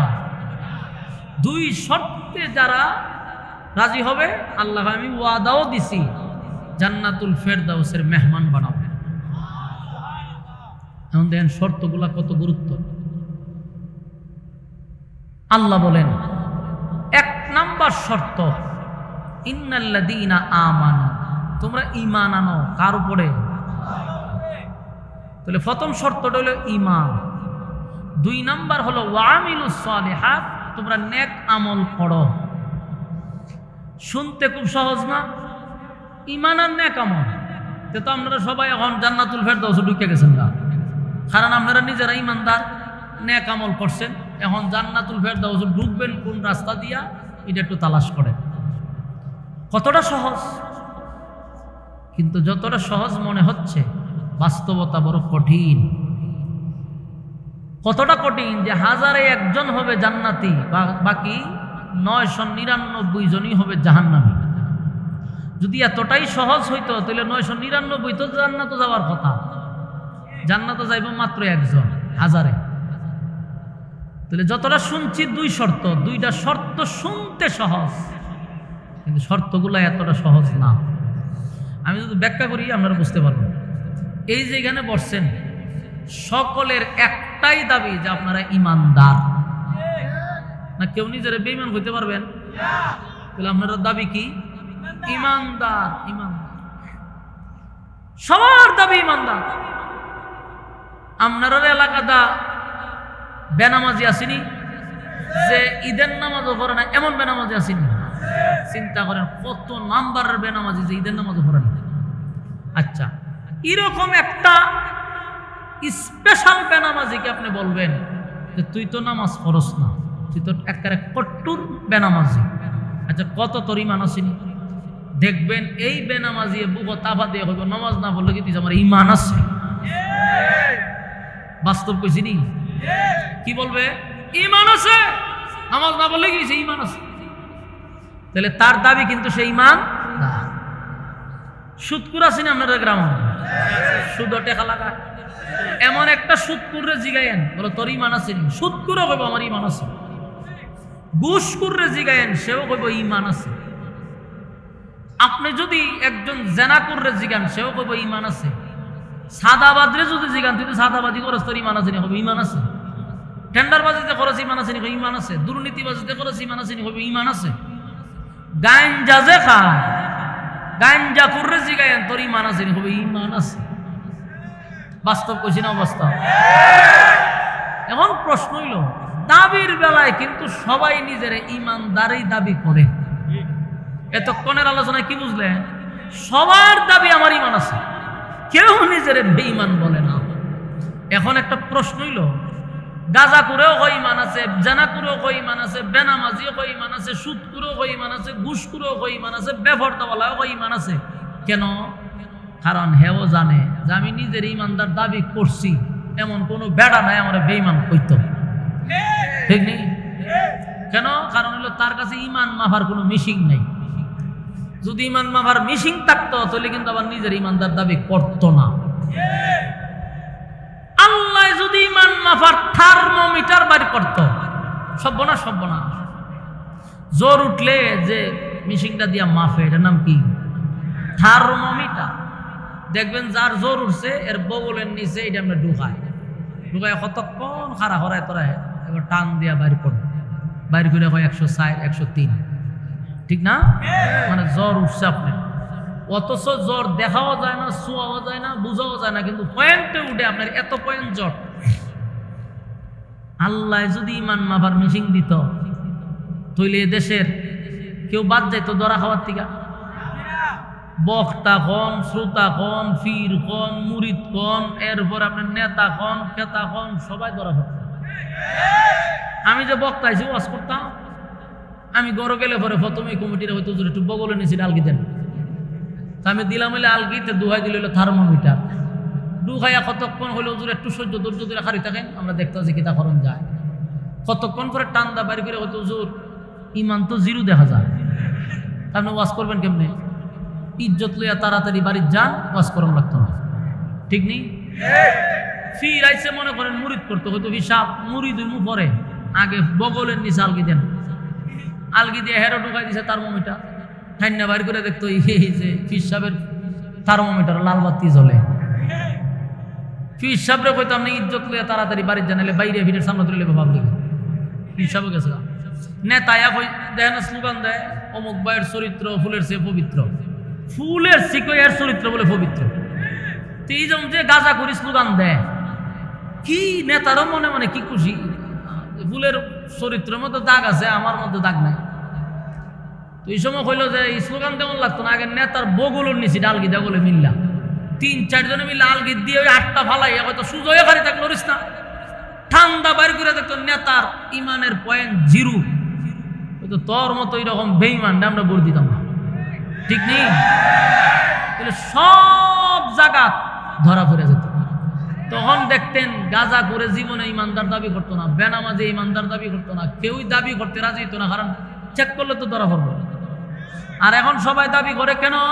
চেক করে দেখার কারো ক্ষমতা নাই। এলে যে ওটা গাঁজা খায়, গাঞ্জা খায়, আর আমার ইমান শক্তি হইতেছে, ইমান আরো পাওয়ারফুল হইতেছে, নাউজুবিল্লাহ। সম্মানিত সুধী, তাহলে আমি প্রথমেই বলছিলাম যে দাবির বেলায় সবাই নিজের আমরা ইমানদারই মনে করি, কিন্তু ইমানদার হওয়া অত সোজা না। সত্যিকারের ইমানদার হওয়া এত সোজা না।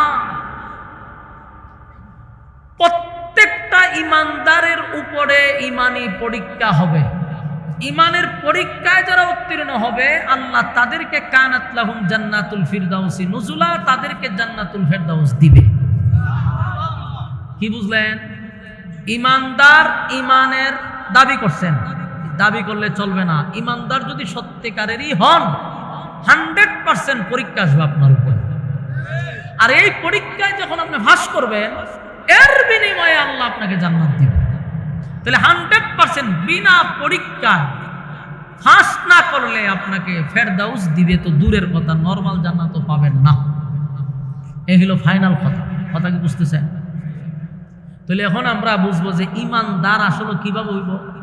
আল্লাহ এক আয়াতে বলছে, আমিনু কামা আমানান নাস, ঈমান আনো ওই মানুষদের মতো। ওই মানুষ কারা? যারা ঈমানের পরীক্ষায় উত্তীর্ণ হয়েছে তাদের মতো ঈমান আনো। তারা কারা? তাফসীর কারকরা বলেন এই আয়াত দ্বারা সাহাবায়ে কেরামদেরকে ইঙ্গিত করা হয়েছে, তোমরা তাদের মতো ঈমান আনো। অথবা অনেক তাফসীর কারকরা বলছেন আমিনু কামা আমানান নাসের ব্যাখ্যা আব্দুল্লাহ বিন তামের হতে পারে। আমিনু কামা আমানান নাসের ব্যাখ্যা ফেরাউনের বউ আসিয়া হতে পারে। আমিনু কামা আমানান নাসের ব্যাখ্যা ফেরাউনের দাসী হতে পারে। কারণ যাদের নাম বলছি সবাই ইমানের পরীক্ষায় ফার্স্ট ডিভিশনে পাস হয়েছে, দুনিয়া থাকতেই জান্নাতের সার্টিফিকেট পাইছে। অসংখ্য সাহাবীরা জান্নাতের সার্টিফিকেট দুনিয়াতে পাইছে, কারণ পরীক্ষা পাস। তো সম্মানিত শুধু নিজেরা তো আমরা ইমানদারি দাবি করি। আমরা বাংলাদেশের যে ইমানদার দাবি করি, আমরা ইমানে এত দুর্বল যে কেউ যদি আমরারে বালা কইরা রং চা এক কাপ খাওয়ায়, ইমানটা বিক্রি করে লাগে। বাস্তব কইছি না বাস্তব?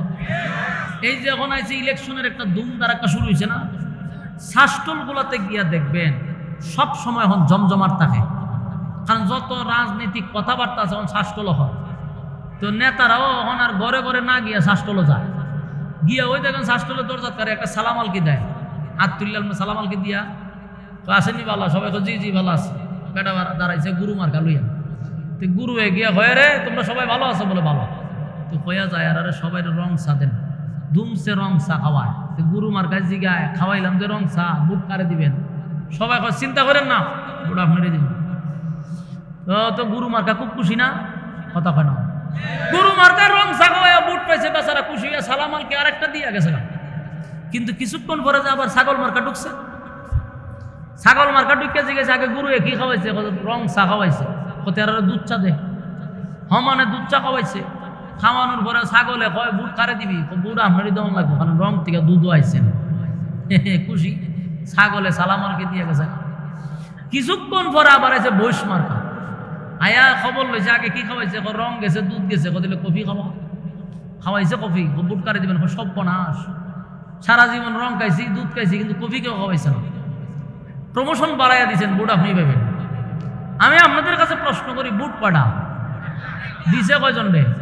এর ইমান আছে না গেছে? এই তালের মুসল্লি তো আমরা দেশ, বাস্তব করছেন অবস্থা। যে আরে সালাম আলকি দিয়ে 500 টাকা দিয়ে বুট আপনি পাবেন, আর কেন নিয়ে সিফাত নিয়ে 1000 দরাজ যখন বুট আপনি পাবেন, ওমা হেও বলটি বুট দেয়। তোর ইমান আছে না গেছে? এই জাতির কি বুকের উপরে ভাতর দেওয়া লাগবো? ওমা বুকের উপর ভাতর দেওয়া লাগবো?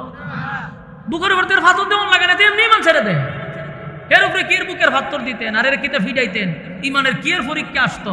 এমনিতে ইমান নাই, সহালে গড়তে পারিস ইমানটা লইয়া, ঘরে ফিরছে বেইমান হইয়া। এই হলো আমাদের জামানার এখন অবস্থা। বাস্তব না বাস্তব?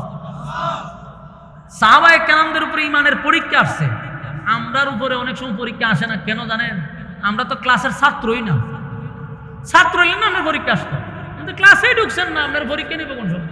আমরা তো ইমানদারের ভিতরেই ঢুকছেন না, তাদের ইমানের পরীক্ষা আসবো কেমন? আল্লাহর আদালতে তো আপনি ইমানদারই না, এই জন্য আপনার উপরে ইমানের পরীক্ষা আসে না। যতদিন না পর্যন্ত সত্যিকারের ইমানদার না হব, ইমানের পরীক্ষা না দিব, ততদিন জান্নাতের আশা করা যাবে না। কথা বুঝতেছে? আল্লাহ বলেন, আমিনু কামা আমানান নাস, ঈমান আনো ওই মানুষদের মতো যারা ঈমানের পরীক্ষা দিছে, ঈমানের পরীক্ষায় উত্তীর্ণ হইছে। ঈমানের পরীক্ষা আসবে, এতে কোনো সন্দেহ নাই। আমাদের উপরে ঈমানের পরীক্ষা আসবে, ঈমানের পরীক্ষায় অটল থাকতে হবে। অলরেডি অনেক পরীক্ষা আসে, কিন্তু আমরা ফেল মারি। যেমন কেউ যদি নবীর বিরুদ্ধে কথা বলে, ইমানদারের ইমানি দায়িত্ব তার জীবন দিয়া, ইমানের দায়িত্ব হলো জীবন দিয়া নবীর ইজ্জত রক্ষা করা। ইমানদারের ইমানি দায়িত্ব, এটাই পরীক্ষা। যখনই দেখবেন আমার নবীকে নিয়ে কেউ গালি দেয়, কেউ প্রতিবাদ করুক আর না করুক, আমার সর্বোচ্চটা দিয়ে আমি চেষ্টা করব কোনোভাবে যেন আমার নবীর উপরে একটা আঘাত না পড়ে। কোরআনের অপমাননা যদি হয়, আমি আমার ইমানদারের ইমানি দায়িত্ব নিয়ে আমি প্রতিবাদ করব। আল্লাহকে যদি কেউ গালি দেয়, আমার দল যদি তার পক্ষে যায়, আমি আমার ইমানের পরীক্ষা দিব। প্রয়োজনে দলের মুখে আমি থুতু দিব, এরপরে ইমান বিক্রি করব না। আমি যেই দল করি, দল যদি দলের নেতারা যদি নাস্তিকদের পক্ষ নেয়, আল্লাহরে অপমান করার পরেও যদি তার পক্ষ নেয়, আমি একজন ইমানদার হিসাবে দলের মুখে আমি প্রস্রাব করব, তারপরও ইমান বিক্রি করব না। কেন বলেন? এটা আমার ইমান। এখানে আমি ব্যক্তি না, এটা আমার ইমানের সাথে প্রশ্ন। ইমানের ক্ষেত্রে যদি তুমি কোনো আঘাত দাও, আমি বরদাস্ত করব না। আমারে তুমি দল থেকে আঘাত করো, আমি মাইনা নিব। দলের পক্ষ থেকে আমারে গালি দাও, আমারে বঞ্চিত করো, কোনো অসুবিধা নেই, এটা পলিটিক্স। কিন্তু আল্লাহর রাসূলের সঙ্গে, কোরআনের সঙ্গে, ইসলামের সাথে কোনো পলিটিক্স চলে না। কথা কি বুঝতেছেন? আমার যুবক ভাইরা, সবচেয়ে বড় সম্পদ হলো ঈমান। সবচেয়ে বড় সম্পদ যাররা যাররা পরিমাণ যদি ঈমান থাকে, আর এটা লইয়াও যদি কবরে যান, গুনার কারণে, অপরাধের কারণে জাহান্নামের আগুনে জ্বলবেন, কথা ঠিক। কিন্তু যাররা পরিমাণ ঈমান লইয়া কবরে যাওয়ার কারণে আমার মালিক একদিন আপনারে ধইরা জান্নাতে ঢুকাবে। সুবহানাল্লাহ। ঈমানের এত দাম, এত দাম, এত দাম। আসল জিনিসটার নামই হলো তো ঈমান। যদি ঈমান না থাকে রে, কুকুর বিড়ালের দাম আছে কিন্তু আমাদের দাম নাই। আল্লাহ কিন্তু এক আয়াতে বলছে,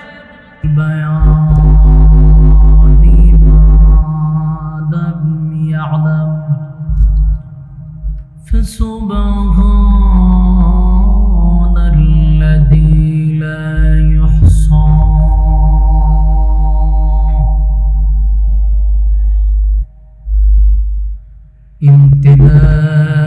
امتنانه باللسان ولا بالقلم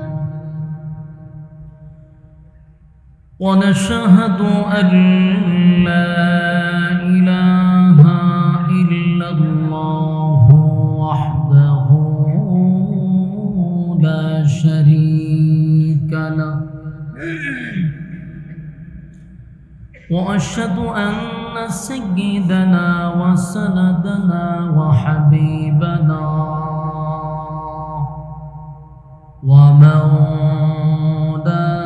ومولانا محمدا عبد الله ورسوله أرسله بالحق بشيرا ونذيرا وداعيا إلى الله بإذنه وسراجا منيرا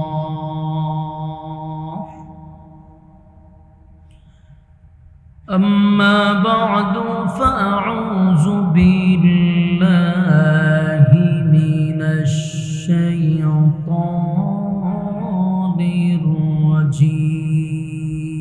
الرجيم. بسم الله الرحمن الرحيم.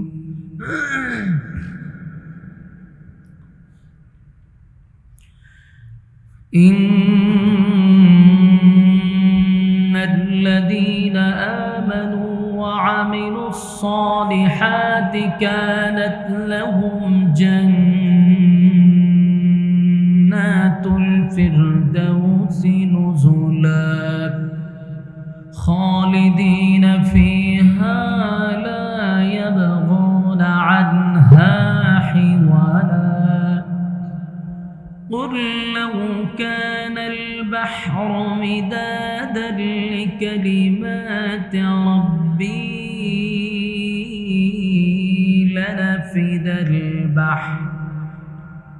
لنفد البحر قبل أن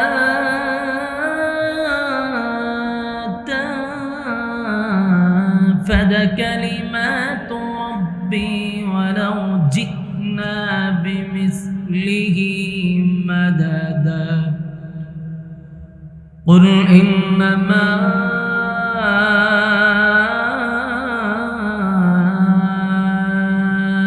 أنا بشر مثلكم يوحى إلي أنما إلهكم إله واحد فمن كان يرجو لقاء ربه فليعمل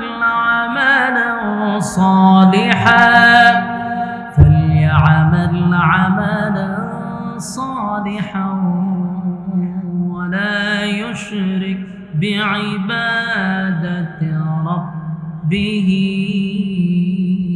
أحدا صدق الله العظيم দুরূদ শরীফ পড়েন আল্লাহুম্মা সাল্লি আলা যখন বলি ঠিক আছে এরপরে ধরো কেন হ্যাঁ তাহলে নয়েজ দিতেছে কেন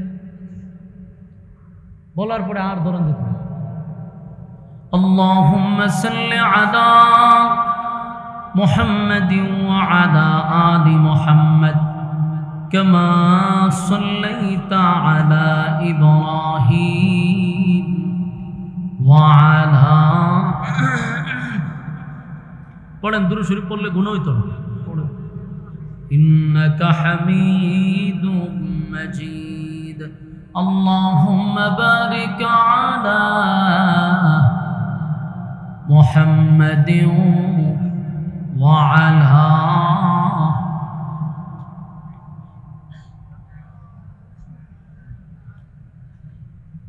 إنك حميد مجيد सारे दुनिया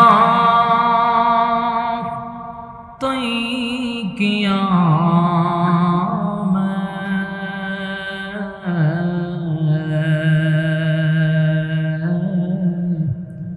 मिसल तो देखा नहीं तेरे मानंद खूबसूरत चांद भी होता नहीं बलगल उला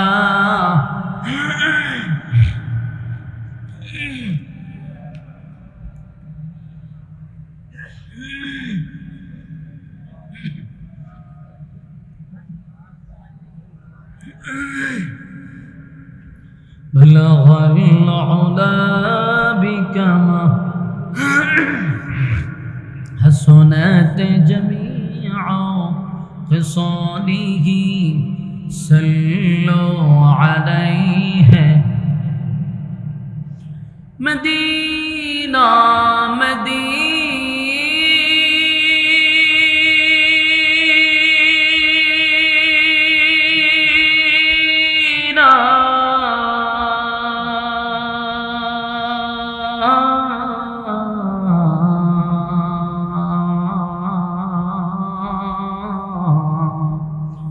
मदीना मदीना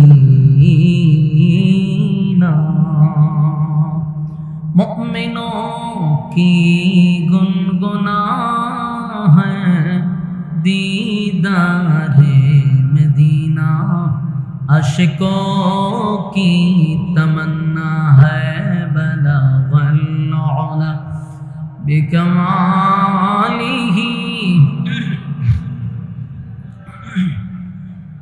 حسنت جميع خصاله صلوا عليه ذکر باطل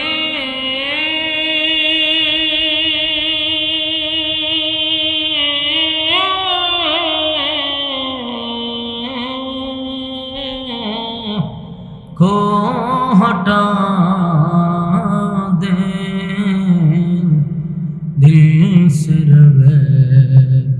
जिक्र में तेरे लगा दे रोज शाबिला इलाहा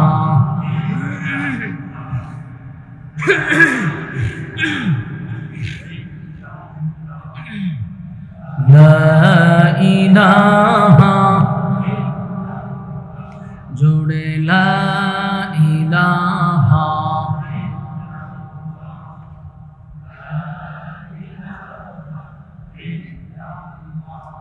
لا إله إلا الله لا إله إلا الله লা ইলাহা ইল্লাল্লাহ লা ইলাহা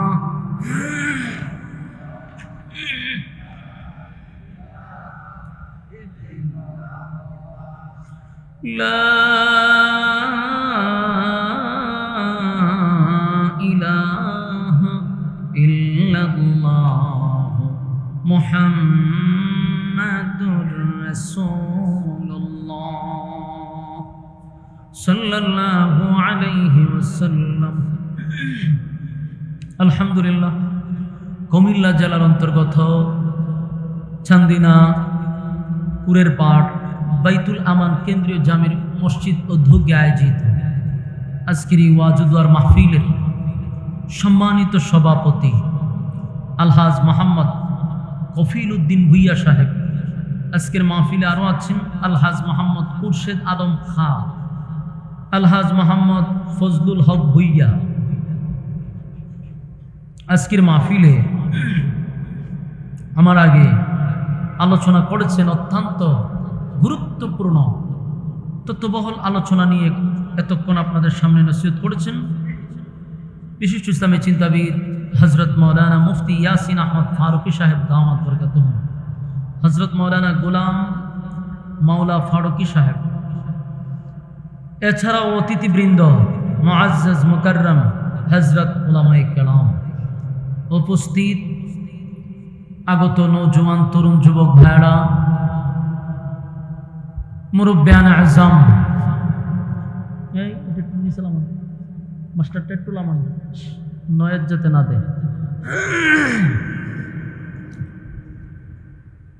মাইকের আওয়াজ যতটুকু দূরে যায় অবস্থানরত পর্দানিশী মা ও বোনেরা, সকলকে আমার অন্তরস্থল থেকে জ্ঞাপন করছি মোবারক সবটুকুন শুকরিয়া আল্লাহ সুবহান মহিয়ান গড়িয়ান সর্বশক্তিমান আল্লাহ পাকের জন্য, যিনি আমাদেরকে মুসলমানের ক্লান্তি লগ্নে ফিতনা ফাসাদের এই যুগে সুস্থতার সাথে প্রচণ্ড ঠান্ডার মধ্যে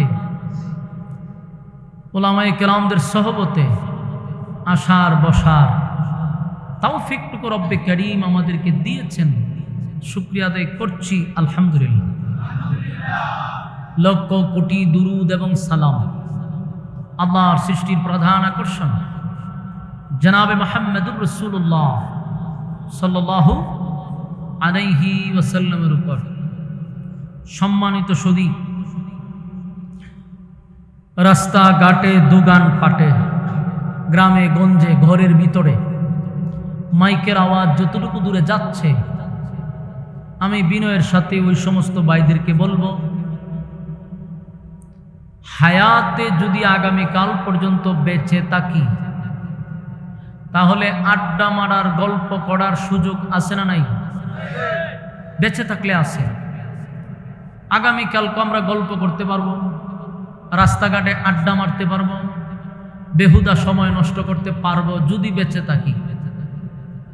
আর আগামীকালকে যদি আমি বেঁচে থাকি কিন্তু এই মাহফিলটাতে বসতে পারবো না, বেঁচে থাকলেও মাহফিলে বসতে পারবো না। আমিও হবিগঞ্জ থেকে বাচ্চা থাকলেও এখানে আসবো না। তাহলে উচিত আজকের দিন রাতটা কিছু সময়ের জন্য এই দিনই মজলিসে বসে কিছু সময় দেওয়া, হয়তোবা এটা জীবনের শেষ মাহফিলও হতে পারে। এই জন্য আমরা রাস্তাঘাটের সময় নষ্ট না করে, ঘরে বেহুদা সময় নষ্ট না করে প্যান্ডেলের ভিতরে বসে যাই। রাসূল বলেন, নাজালাত আলাইহিমুস সাকিনা, উপর থেকে সাকিনা রহমত নাজিল হয়। তাহলে রাস্তাঘাটে আমাদের জন্য নিরাপদ না, প্যান্ডেলের ভিতরটা হলো আমাদের জন্য নিরাপদ। যতক্ষণ বসা থাকবো গুনাহ হবে না, এটাই সম্ভব। প্যান্ডেলের বাহিরে গেলে গুনাহ হবে, এটাও সম্ভব। তাই গুনাহমুক্ত পরিবেশে বসছি, আলহামদুলিল্লাহ।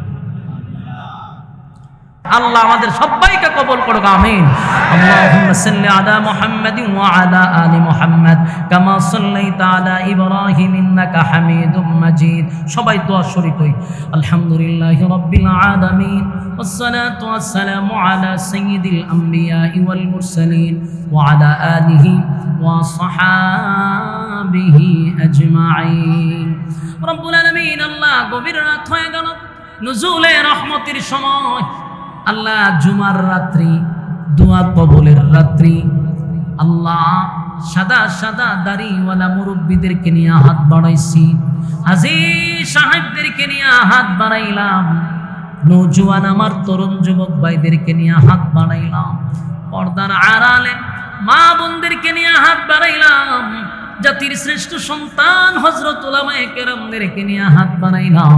আমি গুনাহগার, নাগান্দা, নাফরমান, নালায়েক, অযোগ্য, মুসাফির হালতে হাত বাড়াইছি। বাবু গো, জীবনের সব সগীরা কবিরা, ইচ্ছা অনিচ্ছা, দেখাইয়া না দেখাইয়া, অঙ্গ প্রত্যঙ্গর দ্বারা যত গুনাহ করলাম, জিন্দেগির সব গুনাহ মাফ করে দেন। বাকি জিন্দেগি ইহদিনাস সিরাতাল মুস্তাকিম, সঠিক সরল রাস্তার উপরে চলার তৌফিক দেন। যেমনে চললে আপনি খুশি, ওইভাবে জীবনটাকে পরিচালনা করার তৌফিক দেন রব্বুল আলামিন। আজকের এই মাহফিলটা যারা করলো, টাকা দিয়া, পয়সা দিয়া, বুদ্ধি দিয়া, শ্রম দিয়া, বাইতুল আমান কেন্দ্রীয় জামের মসজিদ কমিটি একত্রিত হইয়া গ্রামবাসী মিলে মিশে এই মাহফিলটার আয়োজন করছে। যারা টাকা দিয়া, পয়সা দিয়া, বুদ্ধি দিয়া, শ্রম দিয়া, রান্না বান্না করে, যে যেমনে পারছে মাহফিলটার জন্য রাত দিন অক্লান্ত পরিশ্রম করছে। আল্লাহ প্রত্যেকের ব্যবসা বাণিজ্য, খামাই রোজগারে বরকত বাড়ায়া দেন। আল্লাহ তাদের ঘরে রহমত বরকত দান করেন। আল্লাহ মুনাজাত পর্যন্ত যারা আমার সঙ্গে হাতটা বাড়ায়া দিল, আল্লাহ আপনার দরবারে একটা দরখাস্ত করি, মালিক, মুসাফির হালতে আবার জুমার রাত্রিতে যারা এই পর্যন্ত দুইটা হাত বাড়ায়া দিছে, কাউরে আপনি খালি হাতে ফিরাইয়া দিয়েন না। জীবনের গুনাহ মাফ করে বাড়ির দিকে পৌঁছায়া দেন। আল্লাহ যারা অভাবে আছেন, অভাব দূর করে দেন। ঋণগ্রস্ত আছে, ঋণ থেকে মুক্তি দেন। মুসিবতে আছে, মুসিবত দূর করে দেন। আল্লাহ যে যে সমস্যার মধ্যে আছে, সমস্যাগুলি সমাধান করে দেন। আমাদের মধ্যে যার মা নাই, বাবা নাই, দাদা নাই, দাদি নাই, নানা নাই, নানি নাই, আত্মীয় স্বজন, ভাই বারাদর, মহব্বতের মানুষ অন্ধকার কবরে চলে গেছে, জানি না গো আল্লাহ কোন অবস্থায় কোন হালতে আছে। আমরা আমাদের পক্ষ থেকে জুমার রাত্রিতে আমাদের আব্বা আম্মার জন্য দোয়া চাই, রব্বির হামহুমা কামা রব্বায়ানি সগীরা। আল্লাহ ছোটবেলা আব্বা আম্মা যেইভাবে আমাদেরকে লালন পালন করছে, কুদরতি ভাবে তাদেরকে আপনি লালন পালন করেন। যারা জীবিত আছে, হায়াতে আমলে বরকত দান করেন রব্বুল আলামিন। শেষ দরখাস্ত, এতক্ষণ আমরা যা বললাম, যা শুনলাম, ভুল ত্রুটি মাফ করে দেন।